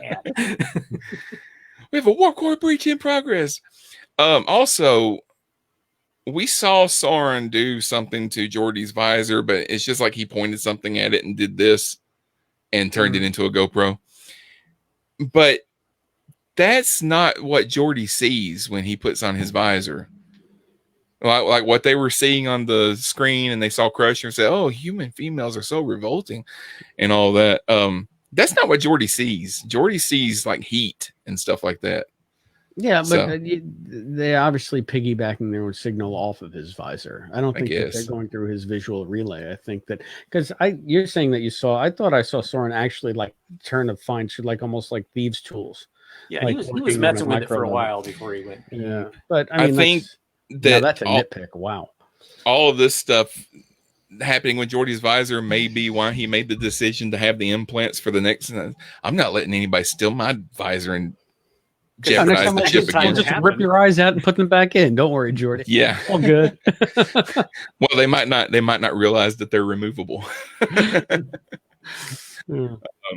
Okay, so Picard fails to stop Soren from launching another probe, and both men enter the Nexus. Picard finds himself surrounded by an idealized family. He finds himself riding a merry-go-round for some reason, but he realizes it's an illusion. He is confronted by an echo of Guinan, and after being told that he may go wherever and whenever he wishes within the Nexus, Guinan sends him to meet Kirk, also safe in the Nexus. Now, I just want to stop you for a second here to illustrate my primary problem with this movie. We are an hour and a half into our discussion of this, and we're only just getting to the point where Kirk makes a difference. Yeah. Well, it wasn't a Kirk movie. It was a Picard movie. I know. That's what I'm saying. I realized at this point, the whole Kirk thing could have been not there, and it wouldn't have made a difference. To be fair, we're an hour and a half into it, but we talked about SpaceX for about 45 minutes before we It wasn't that long. it's about 30 minutes. So, but yeah, just jumping through some of the stuff that we see here. For one thing, this is the second time we've ever seen Renee. He's played by a different actor here. Do either of y'all know why we did not see the original Renee and Robert either in the pictures or in the Nexus? I think that I can imagine Renee was probably too old. Yeah, she was probably he was probably too old for the age that they wanted him to be. Right. Robert, the actor, was probably, I don't know about pictures now, other than they just didn't want to pay him, but he may have not been available. I don't know, but And you could also say, Picard's now in this idealized fantasy. Maybe this is an idealized version of that family because it quickly turns from nuncle to father. Yeah, but no, I mean And- like in his photo album, Oh, they weren't. well, the actors. second, Yeah. no, the kid that calls him father is not Renee. That's another kid. Oh, is it? All right. I always Yeah. thought that the fantasy slowly morphed to these are my children now. No, he has And- his nephew there, but he also has his children are there too. Now when we see his wife, every time I see this, I look and I was like, is that somebody we're supposed to know? Because when Riker had that vision when he was kidnapped by the Romulans and put into the holodeck and everything and given that false future and stuff, and he was married, he was married to Minuet. But so I always think, well, Picard, obviously he would have married somebody that we've seen before, but I don't remember ever seeing this woman before. No, I'm again, surprised I they think didn't. I'm surprised they didn't use Crusher or Vosh. Bosch or somebody like that. Yeah. Bosch did not fit in with that. Neither does Beverly. I mean, again, you're talking about he has this idealized Victorian French fantasy of the way he would want his ideal life to play out. Yeah. He I mean, obviously wants to live 500 years in the past. There's for some reason. nothing. There's nothing realistic about that scene, and it's not supposed to be. And that's part of what I loved about it. But he has a freaking merry-go-round in the middle of the living room, and then all of a sudden you have these ornaments that are as high tech as you'll ever see on a Christmas tree, which also is also like a supernova, which I thought was a nice touch. It was a little on the nose, but I thought it was really neat. Yeah. And this is when I actually fell in love with the movie. I was so taken by his joy at being there, and I loved Guinan's appearance. I'd never really felt one way or another about Whoopi Goldberg. I mean, I grew up; she was famous, seeing her in different things in the '80s, but she was just Whoopi Goldberg. It was in this film that I actually really got to like her, and I really do want to see her make an appearance on Picard next season because I like the character of Guinan. So I don't know why people shit all over this movie so much. I thought there were such wonderful touches in it. And Picard's Nexus experience is one of the tops, in my opinion. The little girl overacting. Father, thank you for the doll. Thank you for the dolly. Yeah. The little boy comes over and tells him that it's time for dinner, and he kneels down and he says, "You go on without me." And the little boy is looking at him like, okay, but it's just dinner. Right, listen, guys, I might have a different feeling about this because, like Picard, I don't have any kids. And when I think of if ever I was to have children, in my mind, it's that idealized, I don't have to deal with the dirty diapers and the tantrums and the hormones and the disappointments. Yeah, in my mind, it's always Christmas morning and everybody's ecstatic. So and you're maybe, I'll my tell mileage, maybe your mileage may not get as much. You know what I mean?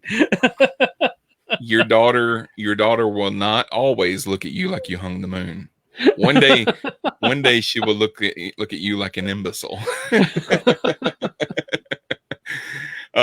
So then we get the moment that we've all been waiting for. Picard meets Kirk, but for most of these scenes, Kirk is kind of preoccupied with figuring out where he is because he just got there too, apparently. Picard meets him at the point where he just got there, so he's not even acknowledging Picard's presence a lot of the times.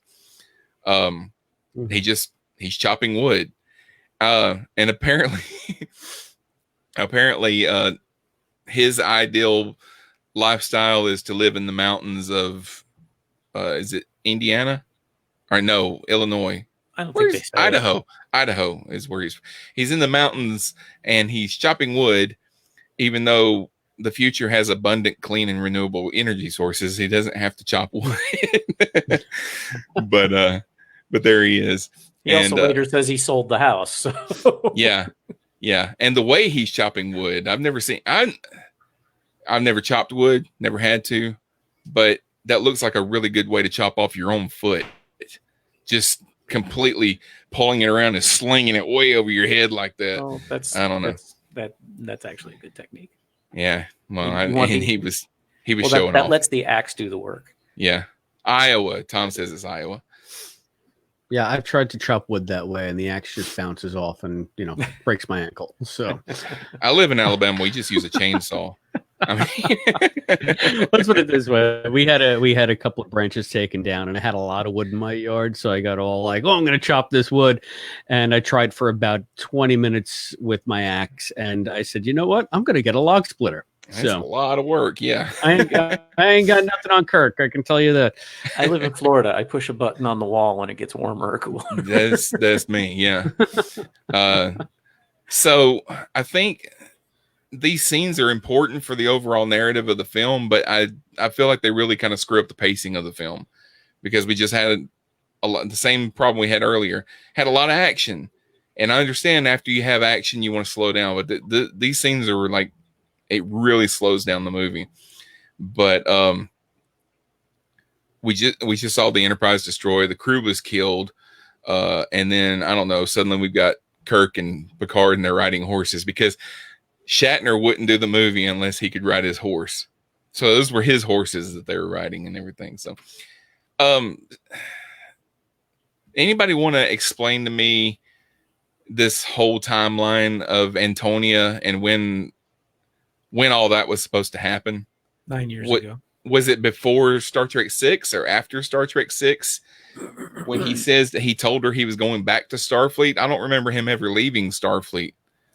No, well, I think the implication there is that it's after Star Trek 6 because they were due to stand down and he was going to go off and retire, like the whole crew was, even though Kirk, Spock, and McCoy, not even Spock, Kirk and McCoy were the only ones of real retirement age there, I think. Even Scotty, maybe. But regardless, to me, in my headcanon, it was always sometime after 6, he gave the retirement thing a shot, and then he got back in the saddle, and because he just realized who he was, and it kind of points up what he says to Picard at the end of their Nexus journey. You know, don't let them promote you. Don't let them do anything that will ever take you off the bridge of that starship. Yeah, because that's him. We were talking about best destiny. That's his best destiny.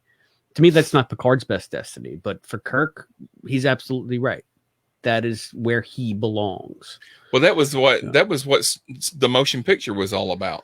Was that he had been promoted to an admiral and he hated it and he wanted to be back on the Enterprise, and he just kind of took the Enterprise back.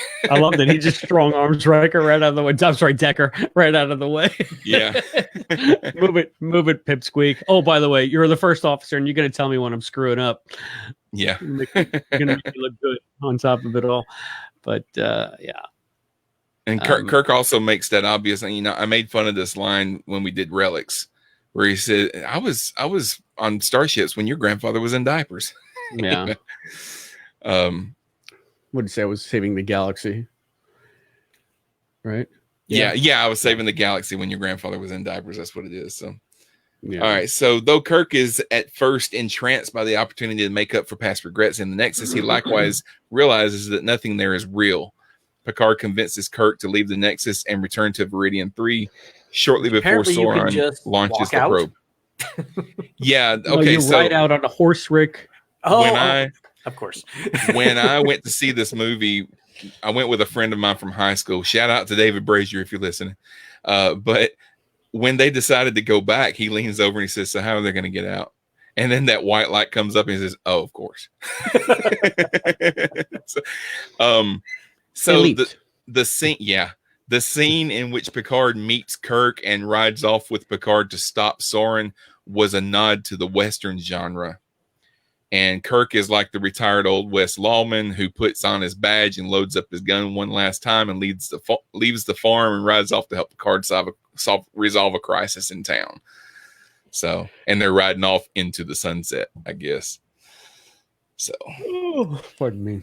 If that answers another question. thing that supports the after Star Trek 6 timeline is that Kirk's uniform is of the movie era, TMP movie era. Mm-hmm. I'm sorry, TOS movie era, but it's slightly different than what we've seen before. So it seems to be somewhat of a later iteration. Well, yeah, that's what he was wearing on the Enterprise B. So they said that was like an Enterprise B era uniform, because that's what he was wearing when he went into the Nexus, I guess. So, but what I'm saying is that obviously takes place after the motion picture, the Undiscovered Country. Sorry. Yeah. Anyway, we're trying to establish timeline. It's just silly. My biggest issue with the movie is right here, and I know why this was done, because it's a movie, and if you don't do it this way, then you don't have a story. But you can leave the Nexus at any point in time that you want. Mm-hmm. And they leave the Nexus after the Enterprise has already crashed. But Picard didn't know the Enterprise had crashed. But they just had a few seconds before Soran was going to launch that rocket.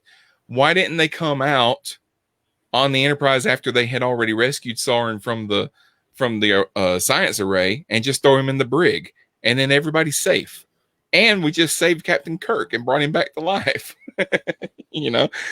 So time travel is weird. Yeah.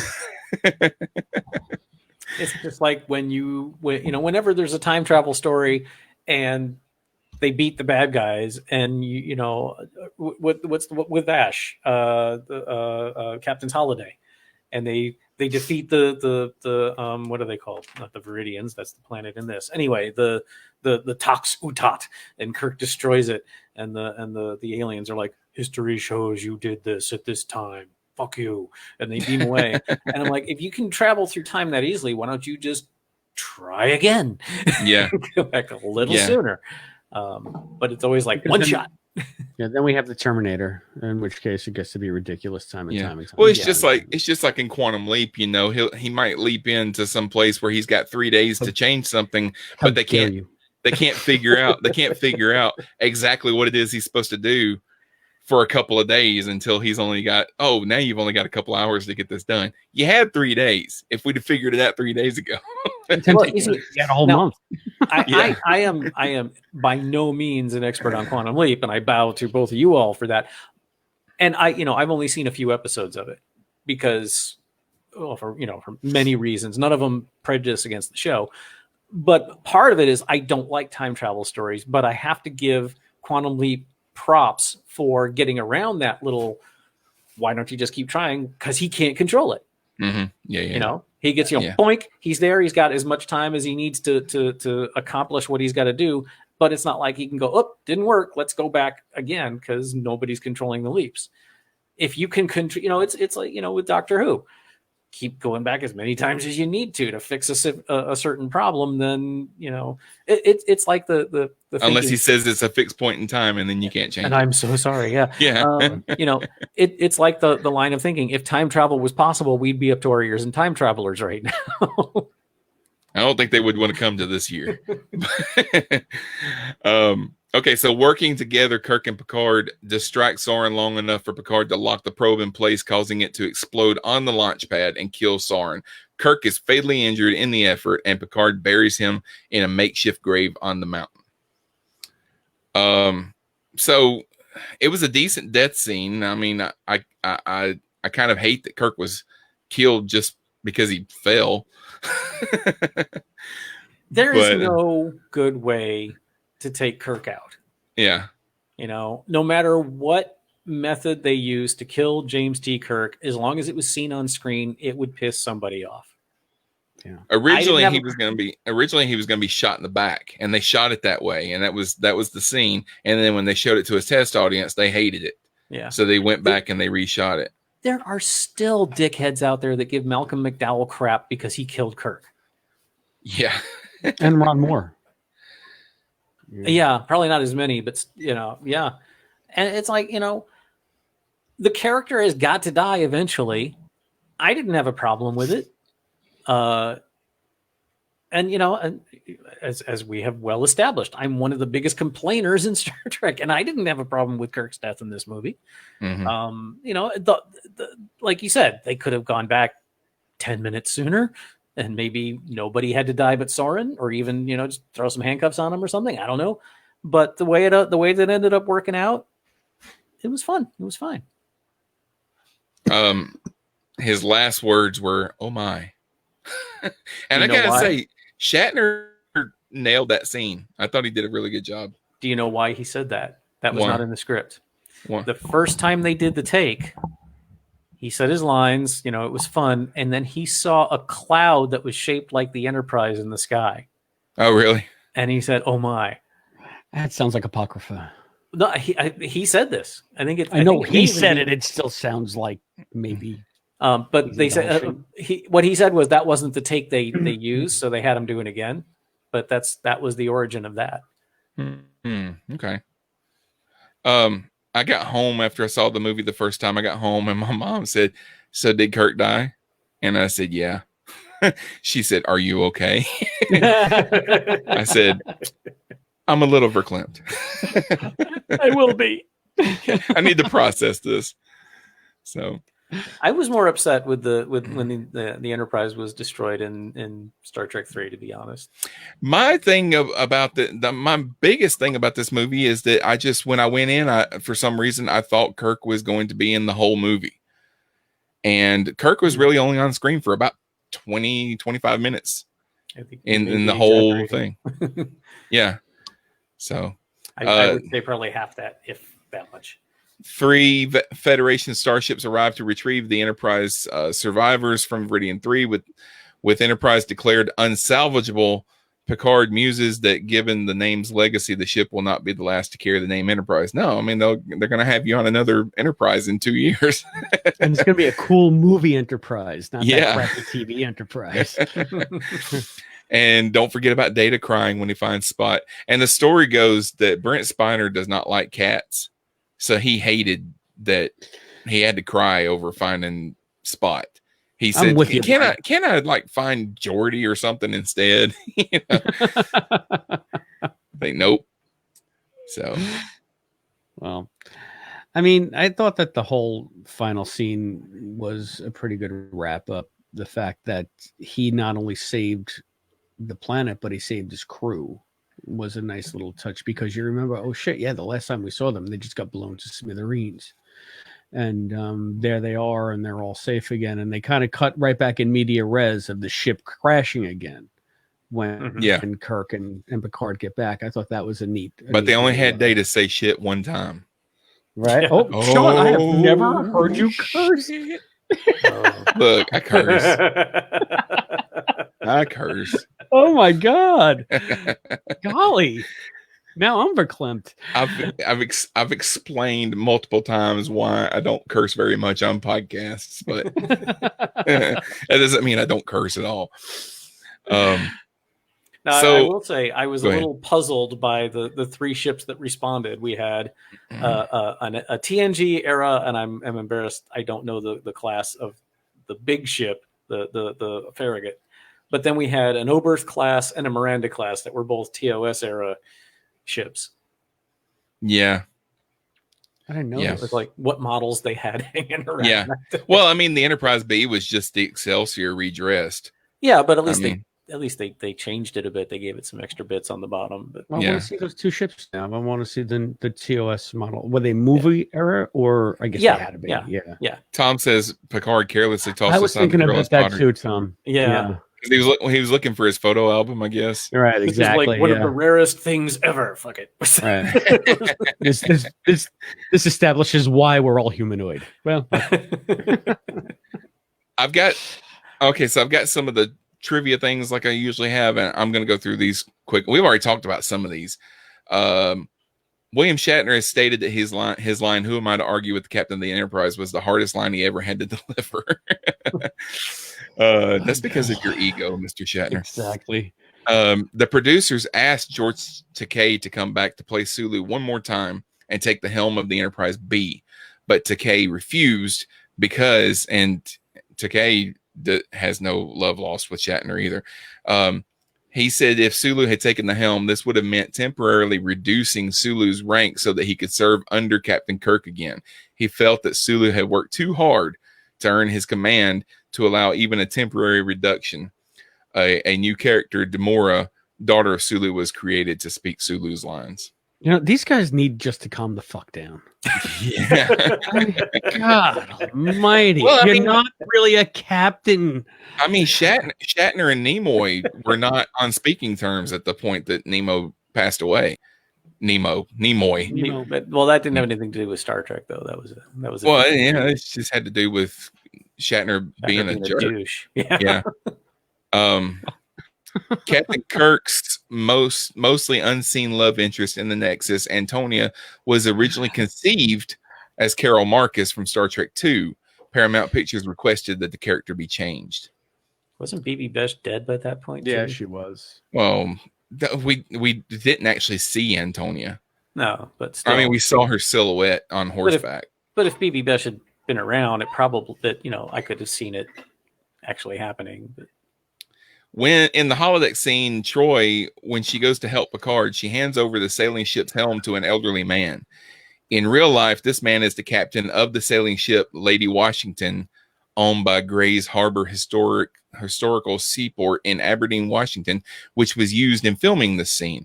The same ship also portrayed the Interceptor in Pirates of the Caribbean: The Curse of the Black Pearl.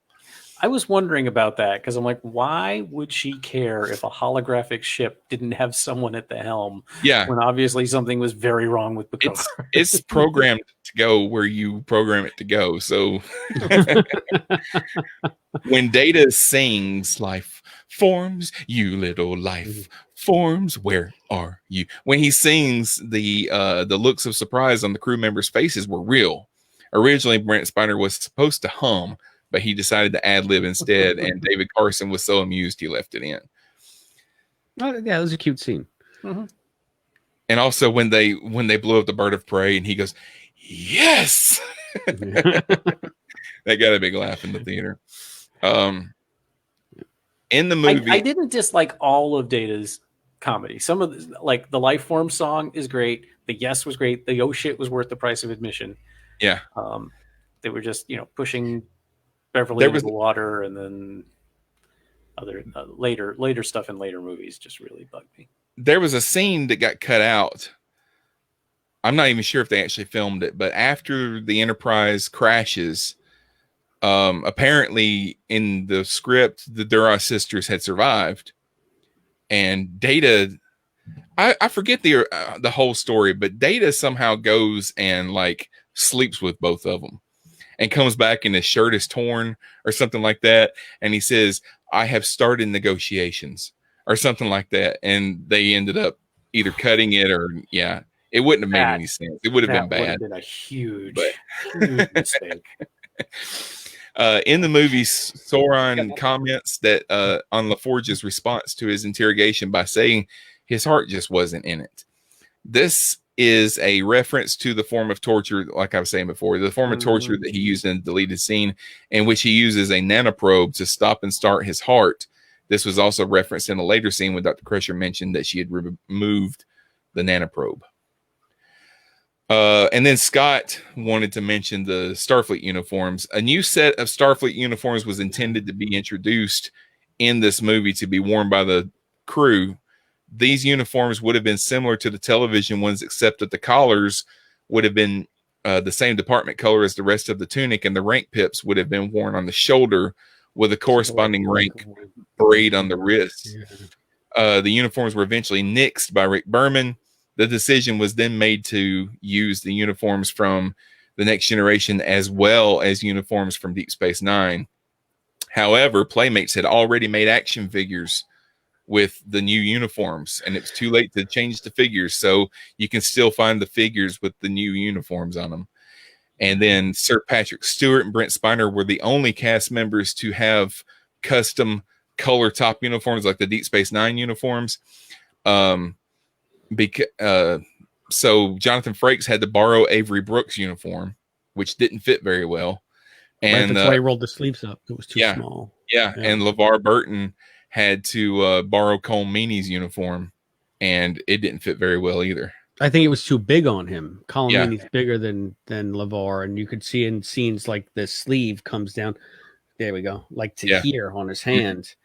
And it's funny you're saying this because for whatever reason, I sometimes go into these little Star Trek cul-de-sacs, and I'll spend 2 hours online watching videos on YouTube about like the uniforms and stuff, or this class of starship or whatever. And I just was recently watching one about the scuttled uniforms for this, and they even that scene, that the torture scene that you're talking about with Geordi, they filmed that with the new uniform. It's the shittiest daily that you'll ever see. It's like it's very staticky. It looks like somebody had it on a VCR with no tracking whatsoever.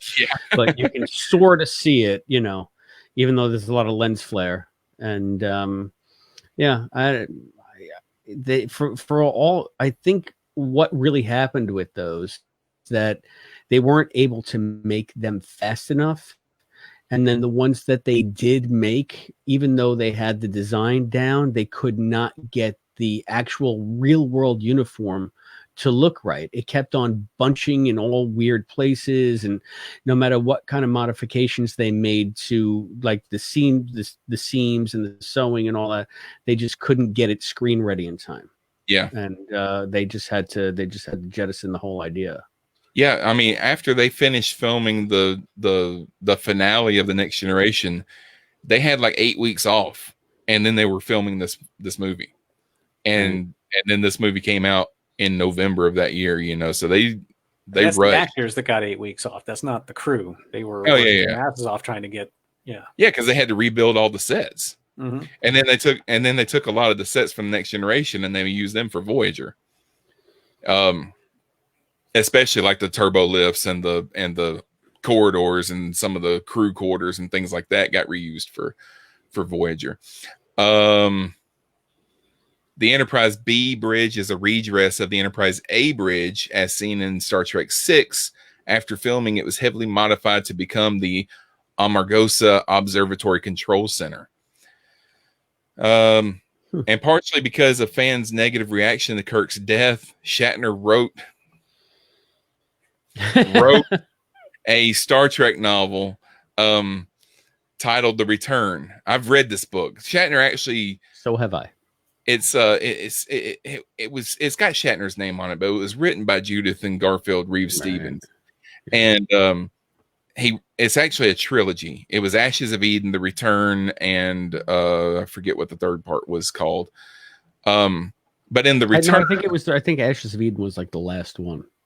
Okay, well, Yeah.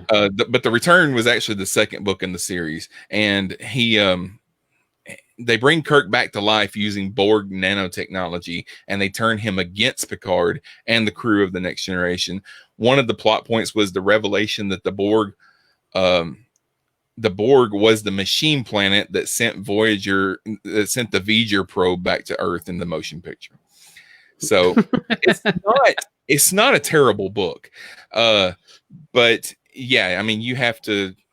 There's a scene where I think it's a Romulan ship goes down to Viridian 3, and Kirk is buried right there, and they like beam his body out of the grave and take off with it. And while Spock is sitting next to it, I believe. Yeah, probably it's that Karen, and then the rocks just collapse. Yeah, there's a scene with Spock and McCoy and Scotty all end up having something to do with the story at some point. And Rick, I know you shoot yourself in the head because you can't read these books because they're not canon and you have a hard time. And I hear you bitch about it a lot. But if you're going to give any of the books a shot, Judy and Garfield Reed Stevens actually write pretty good ones. Yeah, because they know their Trek inside out, and they try to keep continuity, and they have the utmost respect for the property. There's nothing flippant about it. There's nothing where you just roll your eyes and say, aside from maybe the fact that you can get rid of Borg nanotech from some kind of weird mud. I seem to remember that in the book. But if you don't want to invest a bunch of time in reading these books, you can listen to the audiobooks because they're heavily condensed because they were part of that 90s group of. See, I won't listen to an abridged book. If I'm going to read a book, I want to read the whole thing. Yeah, well. But no, it wasn't. It was just because Roddenberry himself was like, no, the Borg and V'ger have nothing to do with each other. Oh yeah. Maybe that was after the book came. That book was written. So I don't know. It's just one of those constant things. Like, hey, and it was. No. I think Roddenberry was long dead by the time this book was written. Okay. Oh yeah. This didn't come out until right around. Well, it was after this movie. It was after this movie because that seemed Kirk is dead. Yeah, so that came out in 95, 96. Yeah. Right? That was one of the few things that Roddenberry specifically said no. That is the first part of the trilogy had to have come out in 95 because I remember reading it while I was in high school and I graduated in 95. So okay. Well, I think that's going to do it. I want to make sure to let everybody know this. We're recording this on May 30th, but it won't come out until next week because our discussion with Michael Jan Friedman about. But I want to sure everybody knows about At Home Con that's coming up June 25th through the 28th. Go to Facebook and join the group. There's going to be a ton of live streams all weekend about a variety of subjects. Just because most of the cons are canceled or postponed does not mean that we can't find a way to gather and have our geeky discussions and play some games and even have a cosplay contest. And Chris, Quantum Leap Podcast is going to be represented there correct? Yeah. I was talking to Matt and Allison about it, and they're excited about the idea. We're just trying to figure out how we want to participate. If we're going to just try to do a regular podcast recording, or to try to do something a little bit more interactive. So stay tuned, but we will be there and happily be there. And thank you for inviting us. We're happy to participate. No problem. And like I said, you're welcome to join in. I'm probably myself going to be on about 10 panels over the weekend. So you guys are welcome to participate as much as you want to over the course of the weekend. So I'll be releasing a schedule sometime in the next couple of weeks after I make sure that I've got everything that everybody wants to do on the schedule. So, and even when the schedule comes out, it'll probably be fluid even during we may add to it. We won't take anything away, hopefully, but we may add to it as the weekend goes on. Somebody may have an idea. Hey, I'm going to do a live stream tomorrow at 9, come join me. We'll do this. Mm-hmm. I know one thing that we're going to do that I've got lined up is we're going to try to do a Mystery Science Theater 3000 type film viewing. I'm trying to decide the best way to do it. If I wanted, because you can do share stream here on StreamYard. You can share your screen and you can show a film that way, but I tried it before and it's a little herky jerky. Mm-hmm. So what may happen is we may do a live stream of us watching the film, and just, if you want to watch it with us, you'll have to go to YouTube and watch it. It'll be something available on YouTube. It's probably going to be, what's the name of that movie? By the guy that did The Toxic Avenger. It's called something like Surf Nazis Must Die or something like that. That's a movie. Yeah, that's probably what we're going to watch. So that's cool. Tom says the third book in the series is called Avenger. That is correct. And Shatner actually wrote 3 trilogies, Star Trek trilogies, and one of them has to do with the mirror universe. So, yeah, I won't be reading that. Yeah. So, all right, Chris, thanks for being here tonight. Thank you for having me and talking about a movie that I just sort of like. Imagine if I really liked it. We'd still be talking. Let everybody know where they can find you. You can get us at quantumleappodcast.com, and you can find us at Quantum Leap Pod, or you can follow me on Twitter at DeFlipside, DEFLIPSIDE, DeFlipside. And Rick, thank you as well. Thank you. You can find me hanging out behind the 7-Eleven after midnight. Otherwise, look at starbasecommand.net, and you can see all the shows I do there. Or hanging out around the Cosmic Potato on whatever shows you'll let me come on. And if you want to know how to contact us for this show, then hang on, and announcer Nate will tell you momentarily. We will be back with our next episode of this TOS crossover series, possibly actually during At Home Con, where we will be discussing the Deep Space Nine episode Blood Oath. Ooh. So join us then. I like that one. Until then, remember, time is the fire in which we burn. And right now, our time is running out. And speaking of which, I just realized Sharon is still awake. So oh, God. I've got to run. It's 11:20 there, right? Okay. Yes, it is. Yeah. We just realized neither of us put her to bed. So. All right. All right. Good night, gents. All right. I'll talk to you guys